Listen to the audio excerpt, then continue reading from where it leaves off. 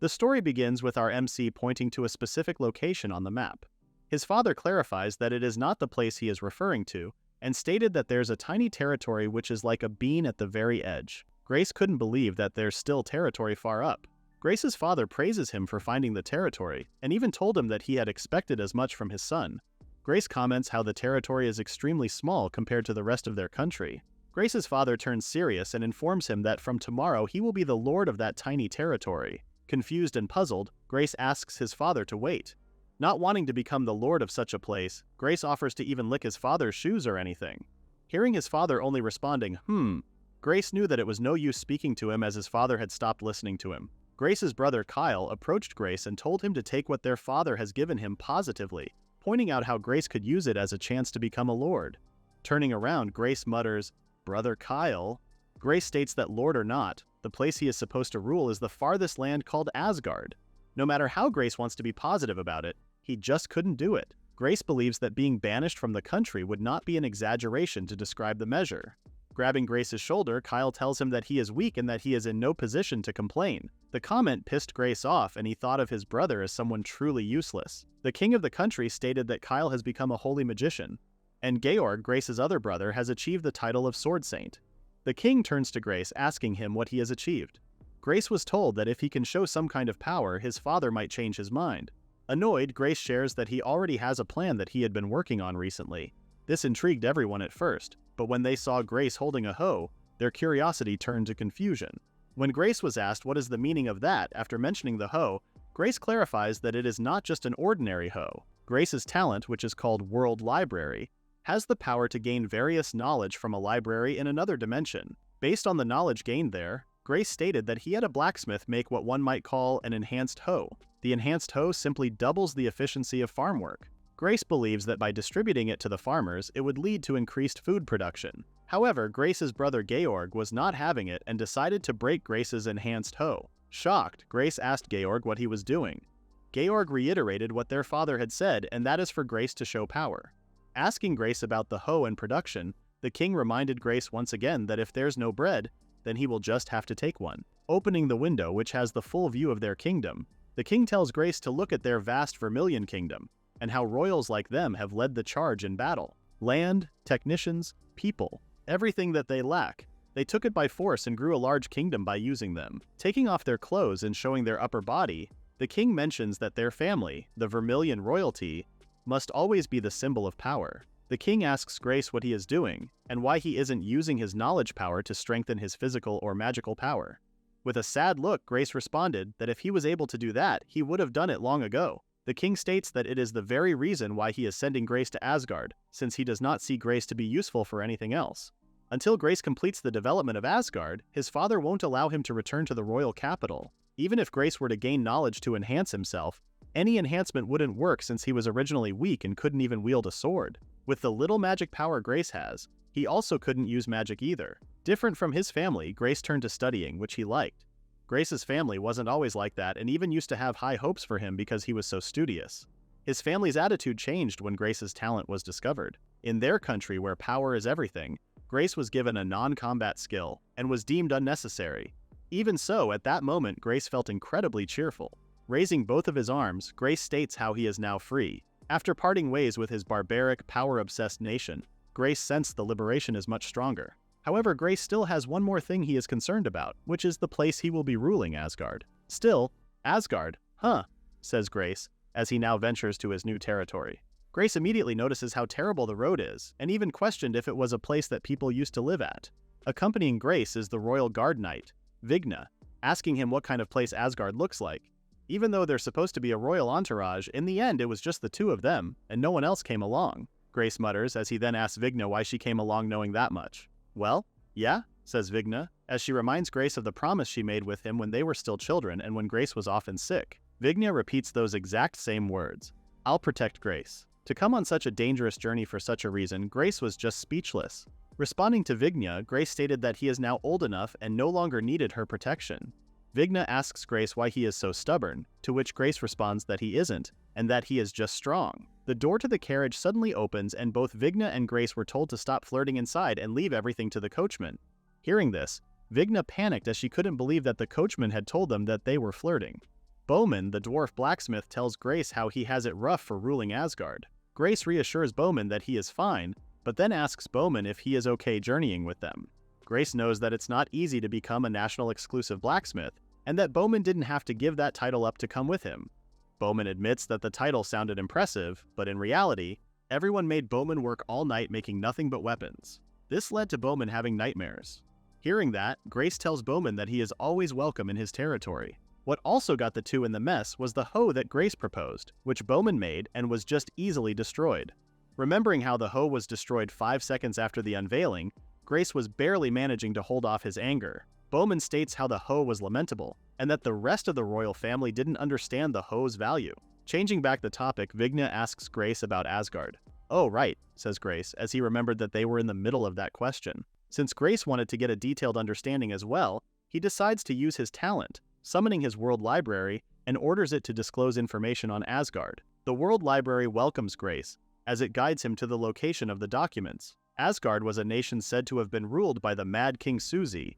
With flying ships and exploding devices, it's said that Asgard has developed itself to become a country with unseen technologies. Hearing that, Vigna becomes excited as she tells Grace that it sounded amazing, and what is even more incredible is that Grace is the lord of such a place. Grace agrees with Vigna, but he isn't pleased at all, as he reveals that the country itself has already fallen. Susi had a mysterious power to create anything, but the Mad King never shared his methods. Those techniques that Susi used remained shrouded in mystery. After the Mad King's death, Asgard quickly fell, or so it's said. In other words, Grace and the others' destination is, in a sense, just ruins. What concerns Grace more is that to everything that he said, none of those are the worst. Thanks to Susi's leftover powerful golems killing off every visitor, the country has now become a demon realm where no one dares to set foot. When Vigna said, "What's that all about?" Grace asked her if she was now having second thoughts.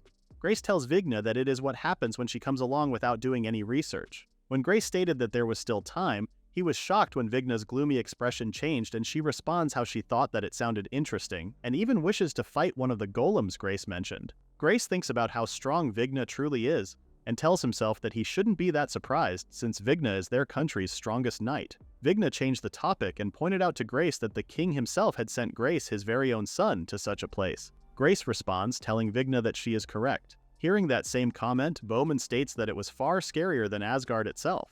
Bowman tells Grace that he doesn't have to listen to what the king says. Bowman reassures Grace that if he sticks with him and Vigna, he will not die in vain. Bowman also told Grace that he didn't mind for them to make a detour and head to the nearby port instead. Vigna also agrees with what Bowman said. Hearing how loyal the two were, Grace thanks the two of them. However, Grace has no plans of doing what they suggested. Having been ordered by the king, governing Asgard is Grace's duty as a prince. Besides that, Grace was not feeling pessimistic at all. Knowing that he would be living alongside Bowman and Vigna, Grace is certain that his life will be more enjoyable than the days spent in the kingdom. If the two were willing, Grace states how he would be very happy to share his fate with them. Listening to Grace, Bowman responds that if that's what Grace wishes, then he will not stop him. Bowman was also very much intrigued by Susi's relics. When Vigna said, "You really are," Grace responded with, "What?" But Vigna couldn't speak her thoughts and decided to be silent instead. During their journey, the three encountered and faced a huge canine. Fortunately, Vigna was able to take it down. Grace immediately took back what he had said and called the place they are currently at as Hell. Panicking, Grace suggests changing their names and living in some town instead. "Oh, you," says Vigna as she then asks Grace what happened to the big talk earlier. Bowman shares his worry, stating that it was much worse than he had expected, and that if it weren't for Vigna, then they would have already been monster food. Vigna, on the other hand, felt alive since it has been a while since she has moved her body that much. Looking at Grace's gloomy expression, Bowman calls and asks him if they are truly on the right path to the Mad King's mansion. Grace responds that according to the world map, they are on the right path. The mansion of the Mad King is said to be near the water side. Thinking of the water side, Grace's attention was more drawn towards the flower near it. Watermoon flower, which is often seen near water, is used as an ingredient in healing potions. To Grace's surprise, he immediately finds the watermoon flower and suggests that the two follow the flowers. The three followed their guts and naturally reached the Mad King's mansion. Vigna was very impressed with Grace as they really did reach the mansion just like Grace said. Grace finally let out a sigh of relief as they finally made it, and stated that the mansion is now their new base. Grace suggests that they proceed carefully as they don't know when the golems might attack. Grace orders Vigna to arm herself. Following Grace's order, Vigna gives herself magical enhancement by using Thunder Emperor's Arm. After heeding its call, Vigna pulls out her sword, which then shows that it is coated with lightning, as Vigna activated her full magical armament, showing why she is the strongest of the royal guards. Though Grace is with Vigna, he still couldn't help but think how doomed they are if their plans do not work. Grace halts and asks, "What's that?" "That." Puzzled, the three find a girl laying on the bed. Before Grace could say anything, Bowman cut him off as he stated that the girl was a golem. Grace was surprised at how the golem looked human.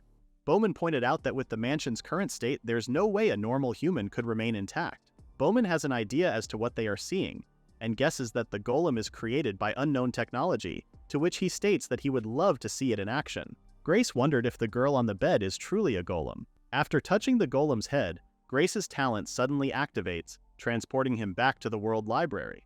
What puzzles Grace even more is that he was transported to a door which he has never noticed in the World Library before. Grace was then informed that he has encountered knowledge from another world, and that the World Library will now unlock part of that knowledge.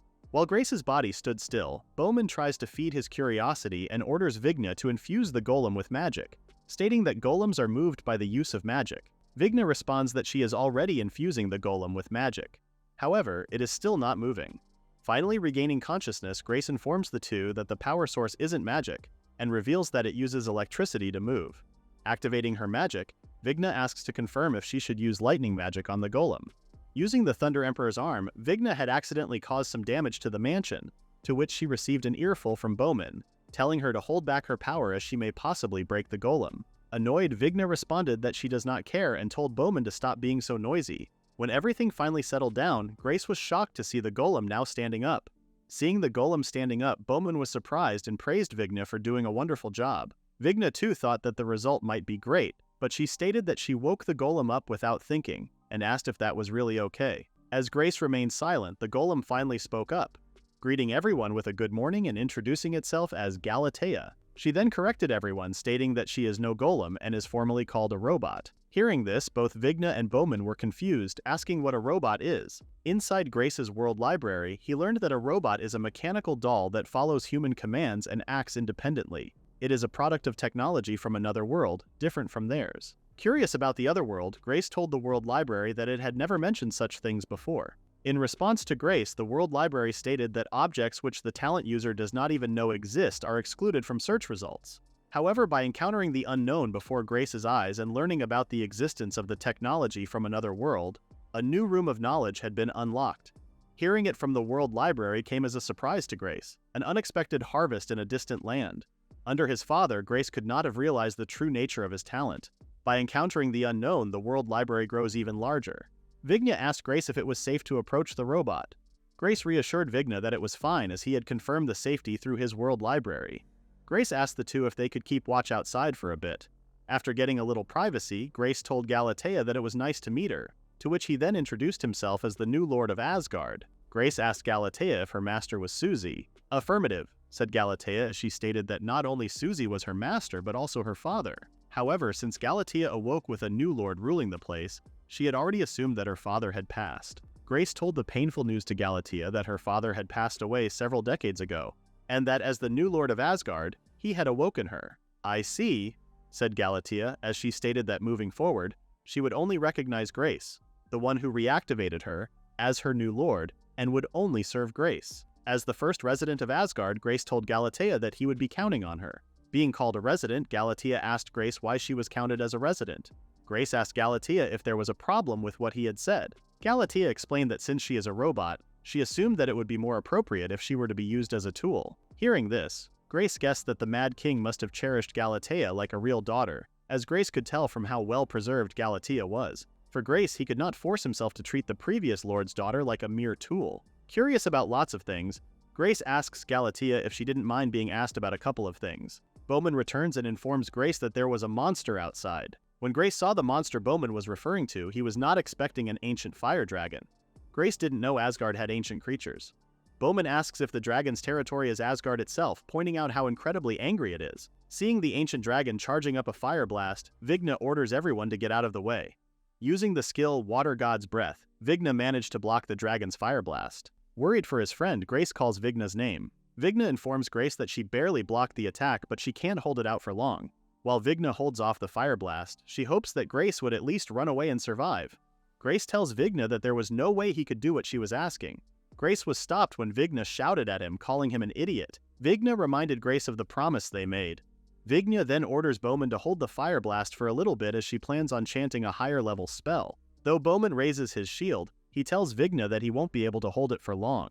Remembering his father and brother and everything that they said, Grace refuses to bow down to their words. Using his only available weapon, knowledge and thought, Grace was starting to get frustrated since nothing was coming up. Grace remembers that the technology that composes Galatea is incredible, but seeing how such technology hasn't been leaked outside made Grace think that instead of the powerful golem who is said to have killed many visitors, she may actually have been protecting Susie's relics from looters. If that were the case, Grace highly believes that the relics are in the mansion. Grace turns to Galatea, asking her if she has a way to deal with the dragon. Calling Grace my lord, Galatea asks Grace if he wishes to have the dragon eliminated. Grace wanted to know if there was an actual method, to which Galatea responded, of course. Following Grace's command, Galatea proceeds in eliminating the dragon. Grace witnessed how Galatea suddenly jumped, leaping towards the dragon and knocking it down with just one kick. Seeing this, everyone was left stunned, as they did not expect that the dragon would be defeated physically. Grace confirms his theory that the visitors of Asgard were killed by Galatea. Since the time when the Mad King Susie was alive, protecting the land has been one of Galatea's duties. During those times before shutting down, Galatea admits that she may have sent some looters back home a few times. Galatea changes the topic, stating how it is very important and requests compensation. Surprised, Grace asks what he can do. What surprised Grace even more is that the only compensation Galatea requested from him was a pat on the head like how her father used to do it. Patting Galatea's head, Grace asks if he is doing it correctly. Galatea responded that it is, and explained that having her head patted has a nostalgic sensation. An emotion called happiness is being detected in oneself. After Galatea thanked Grace, Bowman sees Vigna suppressing her jealousy, which he suggested that she should honestly say how she too wanted to be patted after working so hard. Frustrated, Vigna becomes embarrassed and ends up repeating what Bowman said. After receiving her compensation, Galatea proceeds to guide her new master, along with Bowman and Vigna, to her father's workshop. Opening the door, Galatea asks them to follow and enter the room. Everyone except for Vigna was very excited as they were about to see the workshop where Susie created Galatea. And so, the three began their journey into the unknown, not knowing that the encounters there would lead to an even greater turning point. Grace was really glad that Vigna came along, even though she was already with them. The Industrial Revolution begins with otherworld knowledge from the Outcast Skill World Library. Fire arrows? Shut up, this is a rifle. With Galatea pressing her hand on an object, a mysterious path suddenly unveiled. Shocked, Grace asked what he had just witnessed. Stairs that appeared where there was nothing before. Instead of getting scared of what is ahead, Grace happily went down first. Vigna pointed out how Grace is so excited. Bowman responded that such a reaction is to be expected since all boys love secret passages. Bowman also stated that he has never seen such door-opening technology before. A door that opens just by waving one's hand. Bowman asks Vigna her thoughts about it, but Vigna just responded, "Who knows?" Galatea informs everyone that it is still too early to be surprised. Opening the door, Grace was stunned and asked what he was seeing. With just one look, Bowman immediately recognized the object in front of them as a furnace. "This is Susie's workshop," says Grace. Bowman turns to Grace, asking him if there's anything he can find in the World Library. Touching the furnace, Grace also thought about a furnace and imagined how it would look so differently. Doors opened, and Grace is once again back in the World Library. Grace learned that Susie's furnace was created using knowledge from another world. The furnace has temperature control capabilities and can withstand any high temperature. Grace repeats what the World Library says about Susie's furnace and tells Bowman that it is what is said in the book. Hearing that, Bowman could only say, "Incredible." Bowman was so glad that he chose to join Grace to Asgard. Bowman could no longer stand idly and asks Galatea if he is allowed to touch it as well. Responding to Bowman's question, Galatea tells Bowman that he is allowed. Clueless about the furnace, Grace asks Bowman if it was really that amazing. In response, Bowman says that it is. Until now, the strong fire used in forging relied on magicians. It couldn't be adjusted, and there was a limit to the temperature that could be produced. With unlimited firepower and adjustable temperature, the range of things Bowman and everyone else can make is incomparable to before. With a cheerful smile, Bowman is certain that they can process any kind of metal as they please. Excited, Bowman states that he will start working immediately. Noticing Grace's smile, Galatea mentions how Grace looked very happy as well.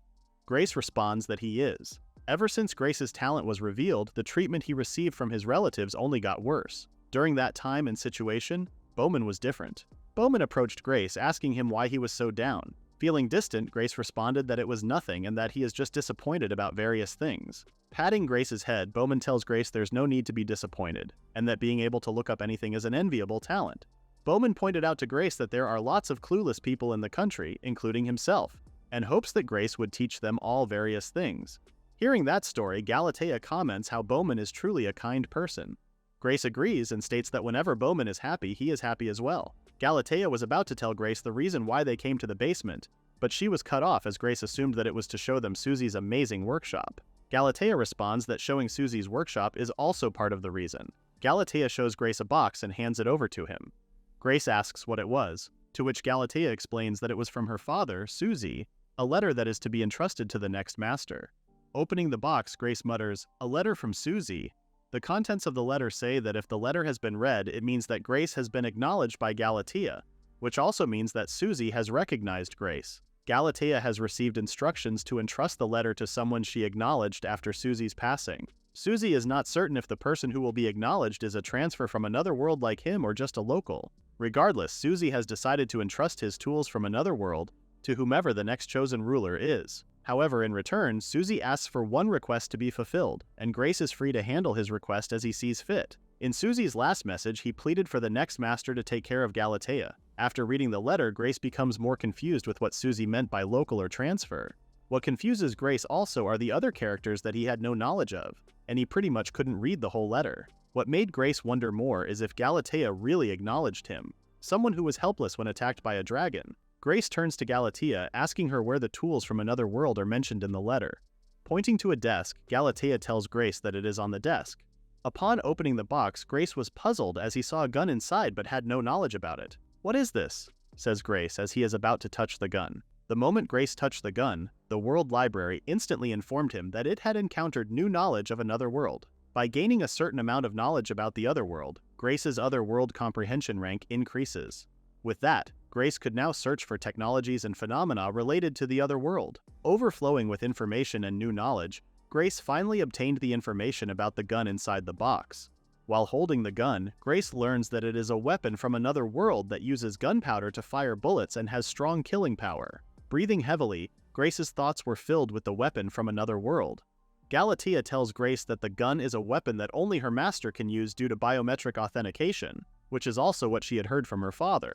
Grace wondered if he should try using the weapon, since he is certain that no matter how powerful it will just be another wasted treasure if someone like him, who can barely use a sword or magic, were to use it. The moment Grace shot the gun, the sound echoed through the mansion, which Vigna also heard and wondered what created that sound. Seeing Grace tremble, Galatea asks him if he is alright. From what Galatea could tell, the recoil caused the gun barrel to hit Grace's forehead. In Grace's thoughts, it's only natural that Susie would appoint a guardian as capable as Galatea to protect his relics. Magic power, physical strength, talent. Grace is certain that none of those would matter if Susie's technology were to get out into the outside world. Galatea whispers to Grace's ears, telling him that she is interested in the world Grace will create. Galatea is very much intrigued as to how Grace would develop the country using her father's knowledge. To Grace, Vigna, and Bowman, the reason Galatea entrusted the three with her father's letter is because she believed that the three kind people who care for their comrades would surely make Asgard into a wonderful country.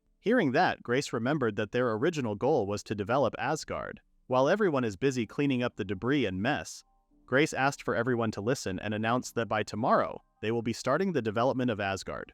Grace admits that they've experienced many unexpected events already ever since they came to Asgard. However, with Susie's relics, Grace hopes that it will help them in creating the best town using the technology from another world. Although Grace was so enthusiastic in sharing such news, he became embarrassed when Bowman mentioned that they will be needing to take care of food and clothing, as well as shelter first. Another problem Bowman pointed out was that the mansion itself is in ruins. Seeing that everyone is now all gathered in one place, Vigna appears and asks what's the reason why they are all gathered up. Grace asks Vigna where she had been. "Where? Well," says Vigna as she then surprised everyone by showing a piece of meat. Vigna went to get some dragon meat since there's only grass growing around the place. After cutting the dragon meat to pieces, Grace advised everyone to eat more meat to keep their strength up since they are going to be busy moving forward. However, after cooking up the meat, everyone was shocked as they saw the meat is now all black, even commenting that somehow it no longer looked appetizing. Picking up one of the skewers, Grace tells Vigna that the meat has completely burnt black, to which Vigna responds, "That's right, Grace then turns to Bowman and asks him if he had followed the instructions from the World Library on how to remove the small bones from the dragon. Responding to Grace's question, Bowman thought that he did. Curious, Grace asked everyone how they handle their meals in their kingdoms. Bowman responded that he always ate out. Vigna answered as well, stating that she is the same with Bowman, choosing to eat outside. Noticing Grace going silent, Vigna asks Grace why he is looking at them with such an expression. With a disappointed look, Grace responded, "Oh, it's nothing." Vigna understands what Grace is trying to say, but explains that they can't help it since they've only practiced swordsmanship and magic. Hearing this, Grace felt embarrassed in ordering a beginner to cook. Left with no other option, Grace tells everyone to wait as he will remake everything himself. Hearing this, Vigna's spirit brightened up as he asked Grace if he would really do that, and commented that he always loved Grace's cooking. After cooking for the two and handing them the meat, Vigna was full of praise, as she stated how she already expected for Grace's cooking to be the best. Bowman, who is also enjoying the food, agrees with Vigna. In a world that only valued strength, nothing else was ever encouraged. That was the way of the world that Grace's father created. Remembering Bowman's words before, asking for Grace to teach the clueless people in the country various things. And with Galatea, who's very much interested in the world Grace is trying to create. Staring at the gun, Grace was thinking about the world that he is aiming for. A few days later, Grace was busy with starting a farm. Exhausted, Grace guessed that he was mostly done with the plowing. Grace's attention was then called, asking for him to look at her direction. Slicing trees like butter, Vigna stated that the sword Bowman reforged for her was truly amazing and how the trees are being cut like grass. Ever since they obtained access to Susie's furnace, Bowman has been absorbed in metalworking experiments. Iron hoe, one of the products produced by Bowman using Susie's furnace. According to the World Library, the numbers directly represent performance. Verk's treasure sword is said to have only a plus 15 bonus, while the iron hoe had plus 30. By simple calculation, the iron hoe has twice the performance of Verk's treasure sword. Galatea brought Grace some refreshments, praising him for doing good work. Galatea then asks Grace if the work progress is going smoothly. Grace thanked Galatea for the drink and told her that thanks to Bowman's hoe, even someone like him made quick progress. Galatea wished that he could help them out. Unfortunately, she does not have any farming programs installed. Hearing this, Grace wondered what Galatea meant by programs installed. Grace tells Galatea that it is okay. With everyone already doing various things, Grace thought that he should at least do the plowing. In order to build the town, Grace and the others were all working hard to secure the minimum necessary supplies and a base. Bowman's task is repairing the mansion and manufacturing tools. Vigna was ordered to clear the forest and to create earthen walls with magic to ward off monsters. As for Grace, Galatea calls his attention and asks what he has been planting. Grace showed a potato and stated that he brought them from the country. Grace explains that while wheat is the staple food, he heard that in some regions they use potato as their main food source. Potatoes grow well in any soil and yield a large harvest. Grace pointed out that unlike meat, potatoes are easy to preserve. Impressed, Galatea comments how Grace is as knowledgeable as ever. Embarrassed, Grace asks Galatea if she actually thinks so.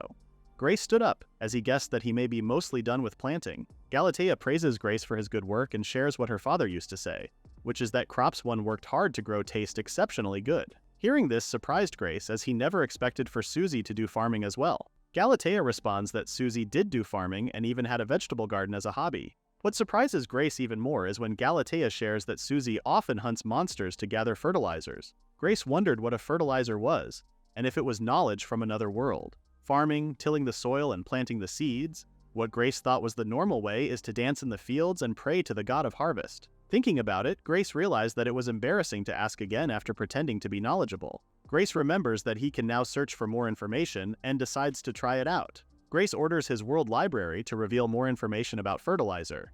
From what Grace read, he learned that fertilizers are nutrients that promote plant growth, made from animal excrement, bones, and ash. Fertilizers are used in agriculture in other worlds. I see, says Grace, as he realized that items whose existence is unknown are no longer excluded from search. Thinking if that is what it meant, Grace was now able to grasp a little bit of understanding on how the other world comprehension increases. Grace becomes more intrigued as to how far his skill could go if he were to encounter more knowledge from the other world. Galatea calls for Grace, asking him if he is all right. Surprised, Grace responds that he is. More importantly, Galatea, says Grace as he orders Galatea to bring him the parts of the dragon from before that can be used as fertilizer. Grace is certain that there are still some left from what Vigna processed. Hearing the order, Galatea immediately moved and told Grace to leave it up to her, wanting to be useful like everyone else. Knowing what he had asked from Galatea, Grace wondered if Galatea could actually do it. A few moments later, Grace mutters, No way, as he was shocked to see all the potatoes have already grown so much, even making him wonder if potatoes are supposed to grow that quickly. Exhausted, Vigna stated that she had finished building the wall. Vigna was stunned when she saw the harvested potatoes. Vigna then turns to Grace and asks to confirm if the crops are already ready for harvest. Seeing Vigna, Grace praises her for her hard work. Upon learning of the fertilizer, Vigna becomes more impressed with otherworld technology.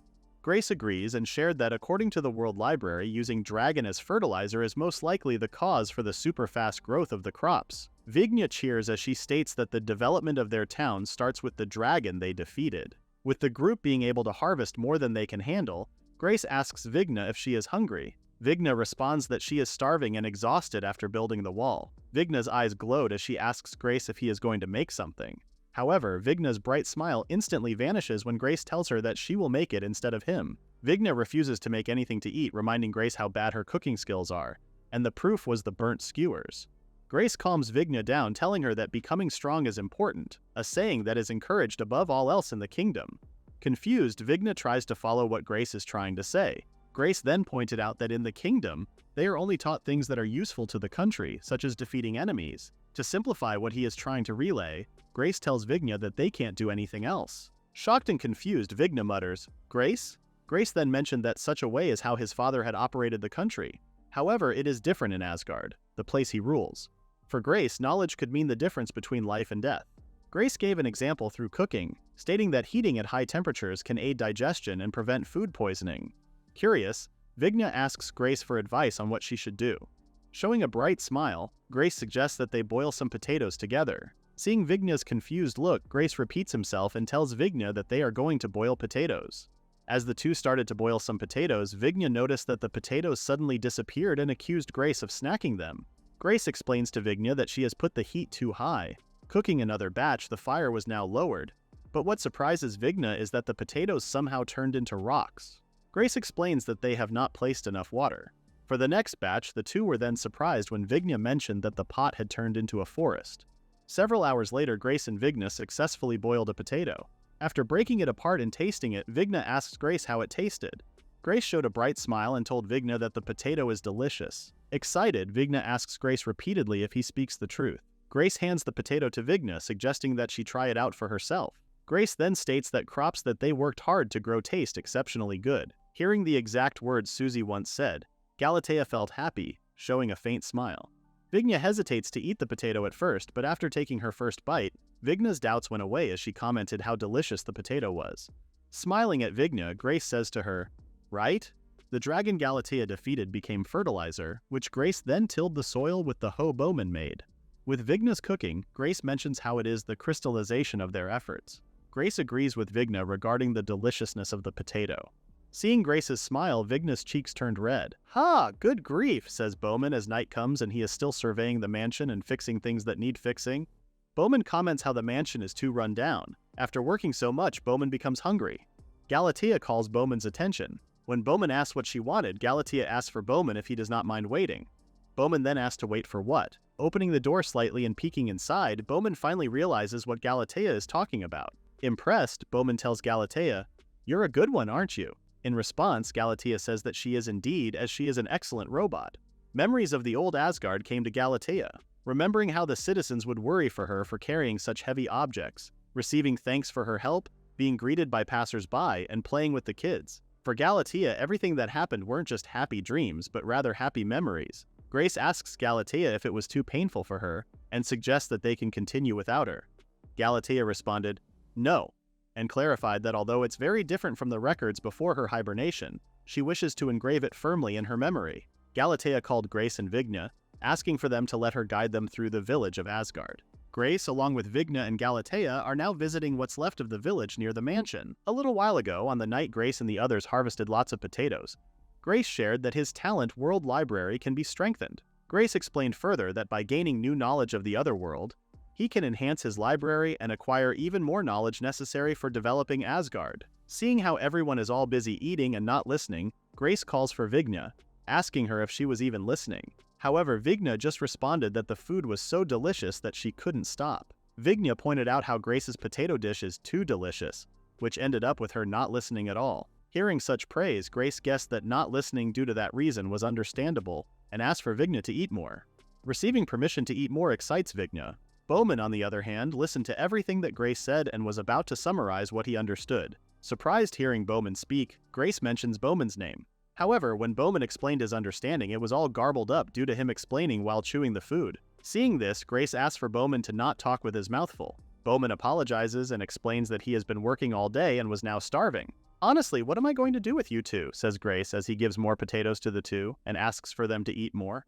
Galatea joins in and repeats what Grace stated, which is to raise the level of other-world knowledge in the World Library, in order to gain knowledge for developing Asgard. To obtain more information, Galatea believes that Grace would have interacted more with Susie's relics. Galatea asks Grace if what she said was correct. Seeing how someone actually understood his intentions and plans, Grace couldn't help but clasp his hands together, thanking God for Galatea. Grace then informs the two that in the mansion, apart from Galatea herself, Susie's furnace, and one otherworldly weapon, there were no other relics. However, Grace believes that there might still be something left in the nearby village. Grace then asks Galatea if he is correct, to which Galatea responds yes. When Grace finally relays the plan, both Vigna and Bowman were eager to hear more. Grace informs the two that they will be exploring the village tomorrow. Returning to the present, Vigna calls for Grace, telling him that the objects they just passed by are a monster's scale.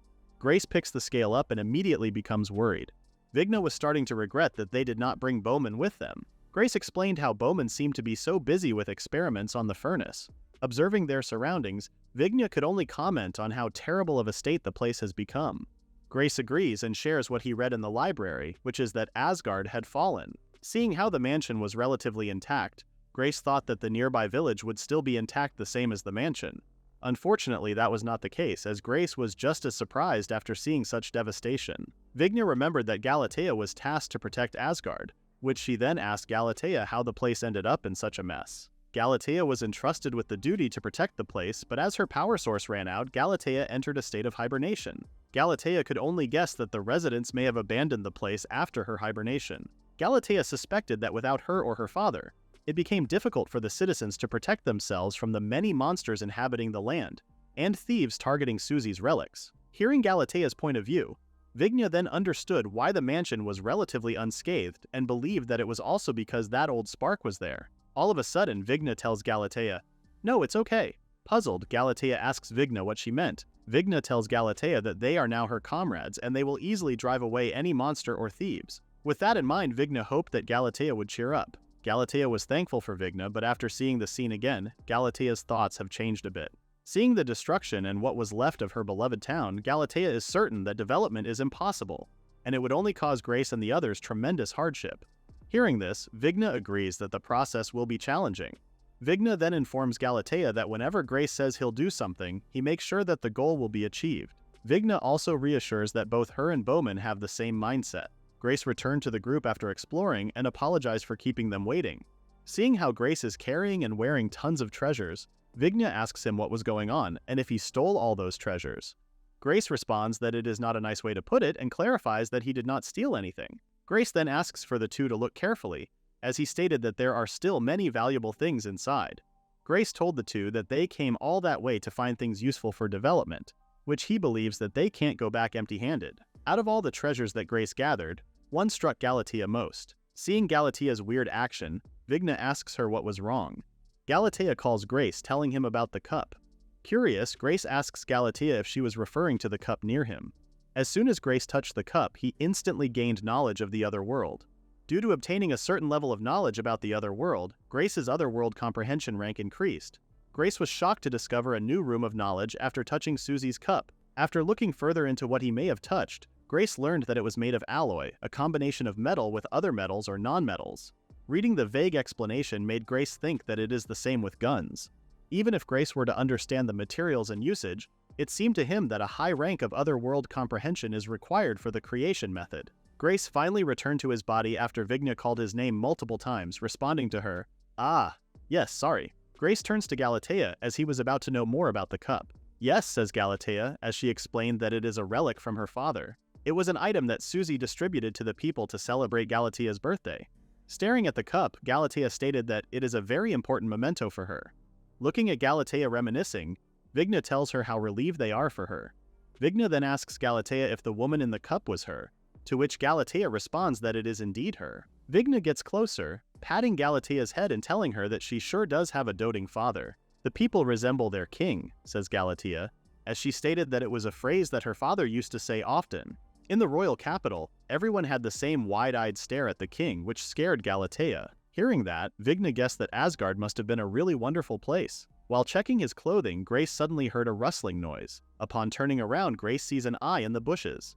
As the monster reveals itself, Grace learns that it was an armored armadillo, a magical beast with scales that repel magic and claws that can tear through iron. A famous trait the beast has is that it has a ferocious temperament. Seeing that it was a scaly monster, Vigna immediately charges in and orders Grace to stand back. Vigna accuses the armored armadillo as the monster that ravaged the village. After finally locating the monster, Vigna instantly used her Thunder Emperor's arm. Grace asks for Vigna to wait as he explains to her what the monster is. However, it was too late for Grace as Vigna made contact. A look of confusion was painted on Vigna's face as she saw how her thunderous needle didn't work. Vigna jumped back and stated that her lightning-clad sword isn't working. Galatea moved forward and told Vigna to let her handle it. Full of anger, Galatea tells the armored armadillo, "How dare you attack the village," before punching the beast and knocking off some of its scales. Galatea informs Vigna that she has now destroyed the armored scales and that she may now take her chance. Still shocked after witnessing Galatea's impressive firepower, Vigna responds, "I got it." Using her Thunder Emperor's arm, Thunderous Breakthrough, Vigna successfully pierced through the armored armadillo. While helping Galatea to stand up, Vigna tells her that they really did it. Galatea warned Vigna of the monster behind her and to watch out. However, since Vigna was too slow to react, Galatea pulled her away and took on the beast's attack. After stopping the armadillo's attack, Galatea asks Vigna if she is alright. Vigna responds that she is, but was shocked when a third armored armadillo appeared. The third armadillo ended up pinning Vigna down, while Galatea was still holding off the second armadillo. Realizing that she has lost her footing, Galatea was certain that it was because of the impact from earlier damage. Before Galatea gets rolled over by the armored armadillo, Grace steps in and pushes her away. Feeling a little bit of pain, Grace asks Galatea if she is okay. Seeing Grace in the battle made Galatea confused and told Grace that it's dangerous, asking him why he even moved closer. Grace becomes confused as to why Galatea would do such a thing. Grace points out that it is only natural to help his comrades. After stopping the third armadillo, Vigna didn't expect to learn that the armadillo she stopped was already dead. Turning to Galatea, Vigna was shocked when she saw Grace standing in between. Another reason why Grace stepped in, he reminded Galatea of a task that he took from Susie after being acknowledged by her as her new master, which is to take care of Galatea. Hearing that from Grace, Galatea remembers what Vigna said, which is that Grace is a man who does what he says he'll do. In front of the armored armadillo, Grace pulls out the gun Susie left. Both Grace and the armored armadillo are now in a standoff. Shooting at the armored armadillo's head at such a close range, Grace successfully finished the beast's life off. Seeing the weapon's destructive power, Grace could only comment on how it had such incredible power. Worried for Grace's safety, Vigna hurriedly ran towards him, asking Grace if he was hurt and if he was alright. In response, Grace asked Vigna if she was alright. Changing the conversation, Vigna asked a more important question, which was if Grace was okay to fight. "Well, yeah," says Grace, as he stated that he felt like he had gained a new ability after mastering how to use the gun at the library. "You idiot," says Vigna, as she scolds Grace and tells him that he could have said so earlier that he can fight, making Vigna worry over nothing. Grace apologizes to Vigna and tells her that she's a bit close. Grace turns to Galatea, asking her if she was alright. All of a sudden, Galatea too got close to Grace, which puzzled Grace, and he asked Galatea what was wrong. In front of Grace and Vigna, Galatea apologizes to them for losing her composure. Galatea then mentioned the gun Grace was holding and shared that when her father entrusted the weapon and letter to her, Susie was already an elderly person.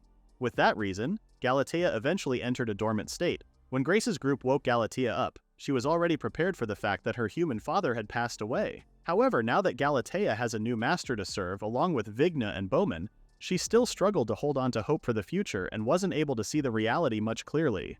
Looking at the ruins of the old Asgard, Galatea could only say that nothing remains in Asgard anymore.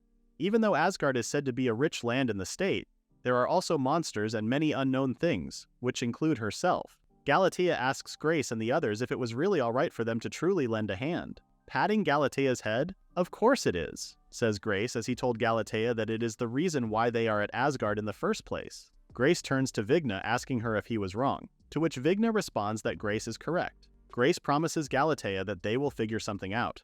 Filled with hope again, Galatea thanks Grace. Vigna tells Galatea to wipe her nose off, to which Galatea apologizes for showing such an act despite her being a robot. Later that night, Grace apologizes for bringing up such a topic so soon. but feels that it is also urgent that everyone must know. Holding the cup, Grace informs them that the cup is apparently called an alloy. Sharing his notes, Grace informed everyone that that is the only knowledge he can obtain since his rank is too low. Due to low rank, the manufacturing process of the alloy is quite vague. Grace thought that Bowman might know something. However, Bowman responded that if Grace doesn't understand the knowledge, there is no way for him to understand it as well. As a mere blacksmith, Bowman admits that he has worked with all sorts of metals. However, he has never seen such a metal like the alloy before. From what Bowman observed, the material is light yet still quite strong. Finding the alloy cup very interesting, Bowman asks Grace if he can take it apart to experiment. Hey, Bowman, says Grace as he informs Bowman that the cup is an important memento for Galatea, and warns Bowman to not even think about taking the cup apart. Realizing his mistake, Bowman responds, "Oh right, my bad." Galatea spoke up and said no, clarifying that she is allowing for the cup to be experimented on as long as it can be of use. Muttering Galatea's name, Bowman thanks her for giving them permission. The next day, Grace was woken up by someone calling his name. Grace assumes that it was Vigna and asks her to let him sleep a little longer. Bowman reveals himself and tells Grace that it was him that called his name. Grace was shocked seeing Bowman's face first thing in the morning. Since it is quite rare for Bowman to wake Grace up, Grace asks him if he even slept, to which Bowman responds that he did not. However, thanks to that, Bowman shares the news to Grace that he has finally done it. Confused, Grace asks Bowman what he meant by done. Bowman noticed that the alloy is combed with two elements, which are lightness and durability. Bowman borrowed part of the container's handle to examine, which he then tried combining iron and mithril, which he is familiar with. From what Bowman observed, mixing one metal with another substance to give it new properties is pretty much what describes an alloy. Surprised, Grace was certain that what Bowman said was not included in the library description on how to make alloys. Touching the wires Bowman made, Grace asked the World Library to reveal more information about the wire. The World Library informed Grace that the material is called mithril alloy, an alloy of iron and mithril. By combining mithril, which has high magical conductivity, with easily processed iron, magical equipment can now be manufactured more easily and at a lower cost. What surprised Grace is that Bowman's name appeared in the World Library's information as the inventor of mithril alloy. Intrigued, Bowman also checks the book and sees his name written down. It then made Bowman wonder if he had left a small mark in history as a blacksmith. Grace responds that what Bowman left is not just a small mark, but rather a huge step. Holding on to the small piece of mithril alloy, Grace mentions that with an invention like that, the restoration of Asgard may no longer be just a dream. Grace has obtained a new important material, which is the mithril alloy. Another material Grace also obtained is the scales of the armored armadillo, which are said to have strength equivalent to 5 iron plates stacked together, a highly valued material for armor. Grace was also able to test out Susie's gun, and learned that it had enough destructive power to penetrate an armored armadillo. For the land of Asgard, Grace is certain that when subjects start to settle, they will likely live in the village. Since many monsters still lurk, Grace was already planning on making countermeasures, which he deemed to be very essential. Grace also asked Bowman himself to replicate the items. Vigna keeps calling for Grace's name, trying to get his attention. When Vigna asks Grace why he is grinning while staring at metal scraps, Grace responds with, Vigna was starting to get worried for Grace, calling him a pervert for showing such a reaction. Hurt by the comment, Grace asks Vigna to not call him a pervert. Grace explains the reason why he is smiling, and it was because of the mithril alloy he is holding, calling it an innovative invention. Puzzled, Vigna asks what the alloy is. Grace further explained that it is a technique of combining different metals to create new properties. The alloy maintains mithril's magical conductivity while being easier to process and cheaper. Staring at the small scrap of metal, Vigna was surprised to learn that such a small material is highly valuable. Vigna stated how impossible it was, since mithril itself is already difficult to work with. Vigna shares that the craftsman who made her sword mentioned how he struggled to process it with mithril. Handing the scrap of metal, Grace asks Vigna if she wishes to try it herself. Using the Thunder Emperor's arm on the metal scrap, Vigna was surprised as she admits that the small piece of metal really does contain mithril. What Grace liked the most is the price. Grace admits that the mithril alloy's performance is inferior to pure mithril, but it is easy to work with and they can make equipment cheaper with expensive pure mithril. Grace calls it a groundbreaking invention. Vigna's attention was drawn elsewhere and told Grace that their guests may have finally arrived. Looking at his garden, Grace becomes enraged after seeing a group of goblins jump over their earth wall and are taking their crops. In a fit of rage, Grace starts charging towards the goblins, telling them to stop harvesting his precious crops without his permission. However, the goblins were not afraid of Grace. With their clubs, the goblins leap onto Grace, which caught him by surprise. Though the goblins are weak individually, they are mostly known to excel when in group behavior. Pulling out her sword, Vigna instantly took care of the two goblins with her swift movements. Vigna informs Grace that the goblins are pretty weak against strong opponents, which is why they avoid dangerous places. Calling the goblins weak, Grace looks up and sees that there's no end to them. Grace believes that the reason is because they couldn't exterminate all of the goblins when they saw them before. Vigna tells Grace to leave it up to her. Vigna could no longer hold her anger as she saw how the goblins are easily stealing the fruits of their labor. "How dare you?" says Vigna as she uses the Thunder Emperor's arm, Thunderous Rain. The skill was so powerful that even Grace couldn't believe that Vigna would use such a powerful skill on goblins. As Grace heard how Vigna mocked and insulted the goblins, he remained speechless. Seeing how Vigna annihilated the goblins except for one, Grace asks for Vigna to wait and to not kill the remaining goblin. Grace orders Vigna to let the last goblin escape. Vigna smiles as she tells Grace that he is truly smart. From Vigna's understanding, they will be cornering the goblins to their nest and wiping them out completely. Hearing that, Grace responds that they will be doing no such thing, and points out how scary of a plan it is. Grace explains that goblins never approach a place they deem dangerous again, which Grace believes means the only goblin left will serve as a goblin repellent.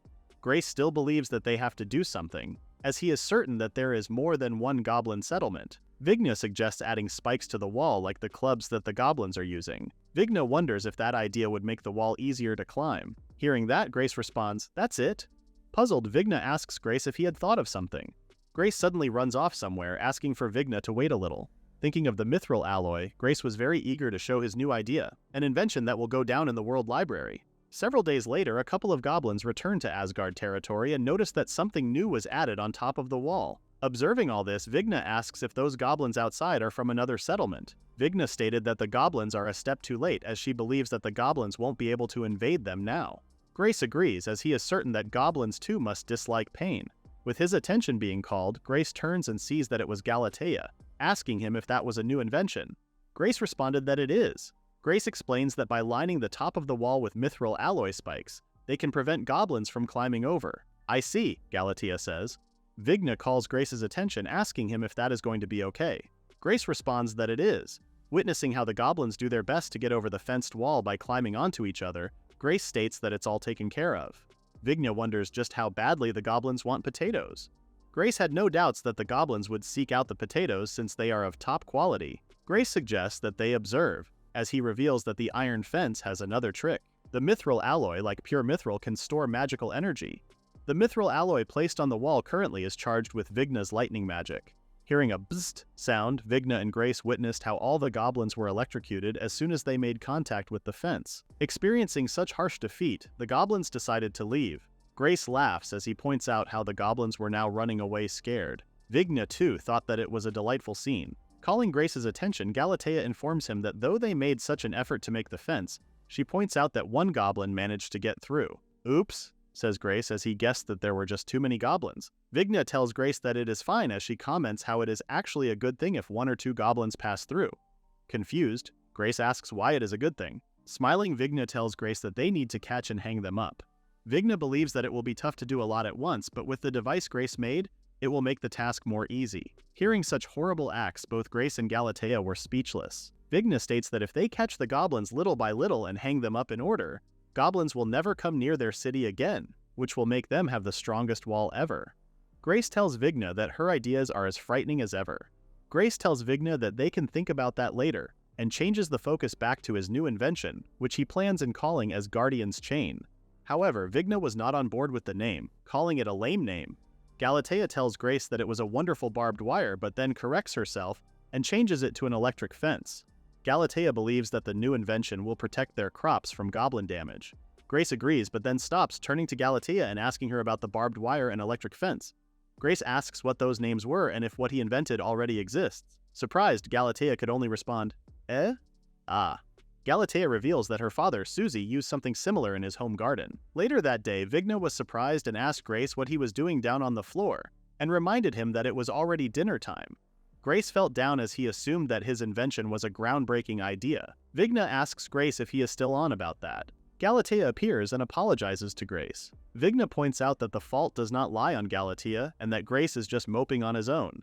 Grace wanted to say more about it, but decided to let it go, agreeing to set aside as to who invented the fence for now. Grace then asks the two of them their opinion. stating the mysterious potatoes that restore magical power, technology for creating cheap mithril alloy, and rare monster materials, to which all are novel items. That's right, says Grace as he points out how they've been trying all those things for the betterment of their life in Asgard. But in order for things to go well, Grace believes that they would have to go through external trade. To achieve that step, Grace informs the two that they should be able to raise funds for developments. Now then, says Grace as he and Vigna visited another town to make some negotiations. A map shows the western region of Asgard's territory, the Notrina domain. For daily necessities such as food, building materials, warriors, and amongst other things, Grace and the others needed funds to procure supplies to continue developing Asgard, which has returned to nature, which is why Vigna and Grace are now at Azur Trading Company, which is said to be the largest in Notrina. Here we go, says the head of the Notrina Trading Company as she asks Grace if they should start things now. Offered with the finest herbal tea, Grace thanks the server. Before Grace could have a sip of the tea and thank them for the refreshments, he stopped, as they did not expect that the head of the company would suddenly take and drink it. Grace guessed that the herbal tea was meant for the owner in the first place, which she then asked Grace what had brought them to their company. Removing his hat, the woman confirms that she is indeed dealing with Prince Grace Vermillion, third prince of the Vermillion Kingdom. For their negotiations, Grace wanted for the trading company to purchase some monster materials. Materials, you say? Says the woman, as she happily obliged to take a look at the materials Grace brought. The woman stutters first as she picks up the material and thinks of them as pebbles, and even thought that they would skip well on water. Hearing this, Grace was greatly disappointed. Grace explains that the material he brought are ancient fire dragon scales. Hearing that it came from an ancient fire dragon, the woman scoffs and tells Grace to stop joking around. The woman then told Grace that it is impossible to defeat an ancient fire dragon in Asgard, where the dragons are said to live. The ancient fire dragons are deemed so dangerous that the private soldiers of the trading company can't even go near them. The woman finds it so troubling as she could no longer believe Grace's lies even if he is royalty. Grace asks the woman, confirming if she was truly an appraiser. Grace then informs the woman that he would like for them to properly appraise the materials. "Excuse me," says Grace as he enters a shop. Pleased to make an acquaintance, Grace introduces himself as the Lord of Asgard and wishes to discuss some trade matters. The receptionist looked puzzled after hearing that Grace introduced himself as the Lord of Asgard. The receptionist asks for Grace to wait for a moment, to which Grace thanked the receptionist. As Grace and Vigna sat, he observed the surroundings and found the interior of the shop quite strange. What Grace noticed right away are the walls and ceilings that are made of good materials, but the chairs and tables seem to hastily be put together with cheap items. Seeing some charred spots on the walls, Grace wonders if those were traces of magic. From what Grace thought, the shop looked like they were somewhat attacked by thieves. A man appeared, apologizing to Grace for making him wait. The man then introduces himself as Edward Harrison, the head of the Harrison Trading Company. "It's a pleasure to meet you," says Edward, as Grace responds, likewise, to Edward. Going straight to the point, Grace tells Edward that he came to sell them some items. "Yes, of course," says Edward, and calls for Chris and orders him to bring them some for their two guests. Edward apologizes for their cheap furnishings, but was somewhat puzzled when he saw Grace and Vigna looked extremely pleased. After being handed their teas, Vigna was surprised and told Grace that they were actually offered tea. Grace asks if it was really okay for them to have such warm tea. Vigna notices Chris looking at her, which she then asks what the problem was. Chris explains how she just noticed Vigna's unusual hair color. Chris shares how it is a first for her to see such a color, which surprises her to see how beautiful a light blue hair would look like. Seeing how Vigna stares back at her, Chris notices how Vigna isn't calling her a cursed child and clarifies that she does not care about such a term. Vigna finally spoke, confirming Chris's name and thanking her for the compliment. Vigna shares that it's only the second time that she has been called beautiful. Chris was surprised to hear that she was the second person, making her wonder as to who would be the first person. Looking at how Vigna stared at Grace, Chris immediately understood as to who the first person was. Wanting to clear any confusion, Edward asks Grace if he is truly the Grace who is the third prince of Vermillion. When Grace responded that he is indeed Grace Vermillion, Edward then changed the topic, asking how Bowman is doing. This surprised Grace and he asked Edward if he knew Bowman. Edward reveals that their company was indebted to Bowman in the past.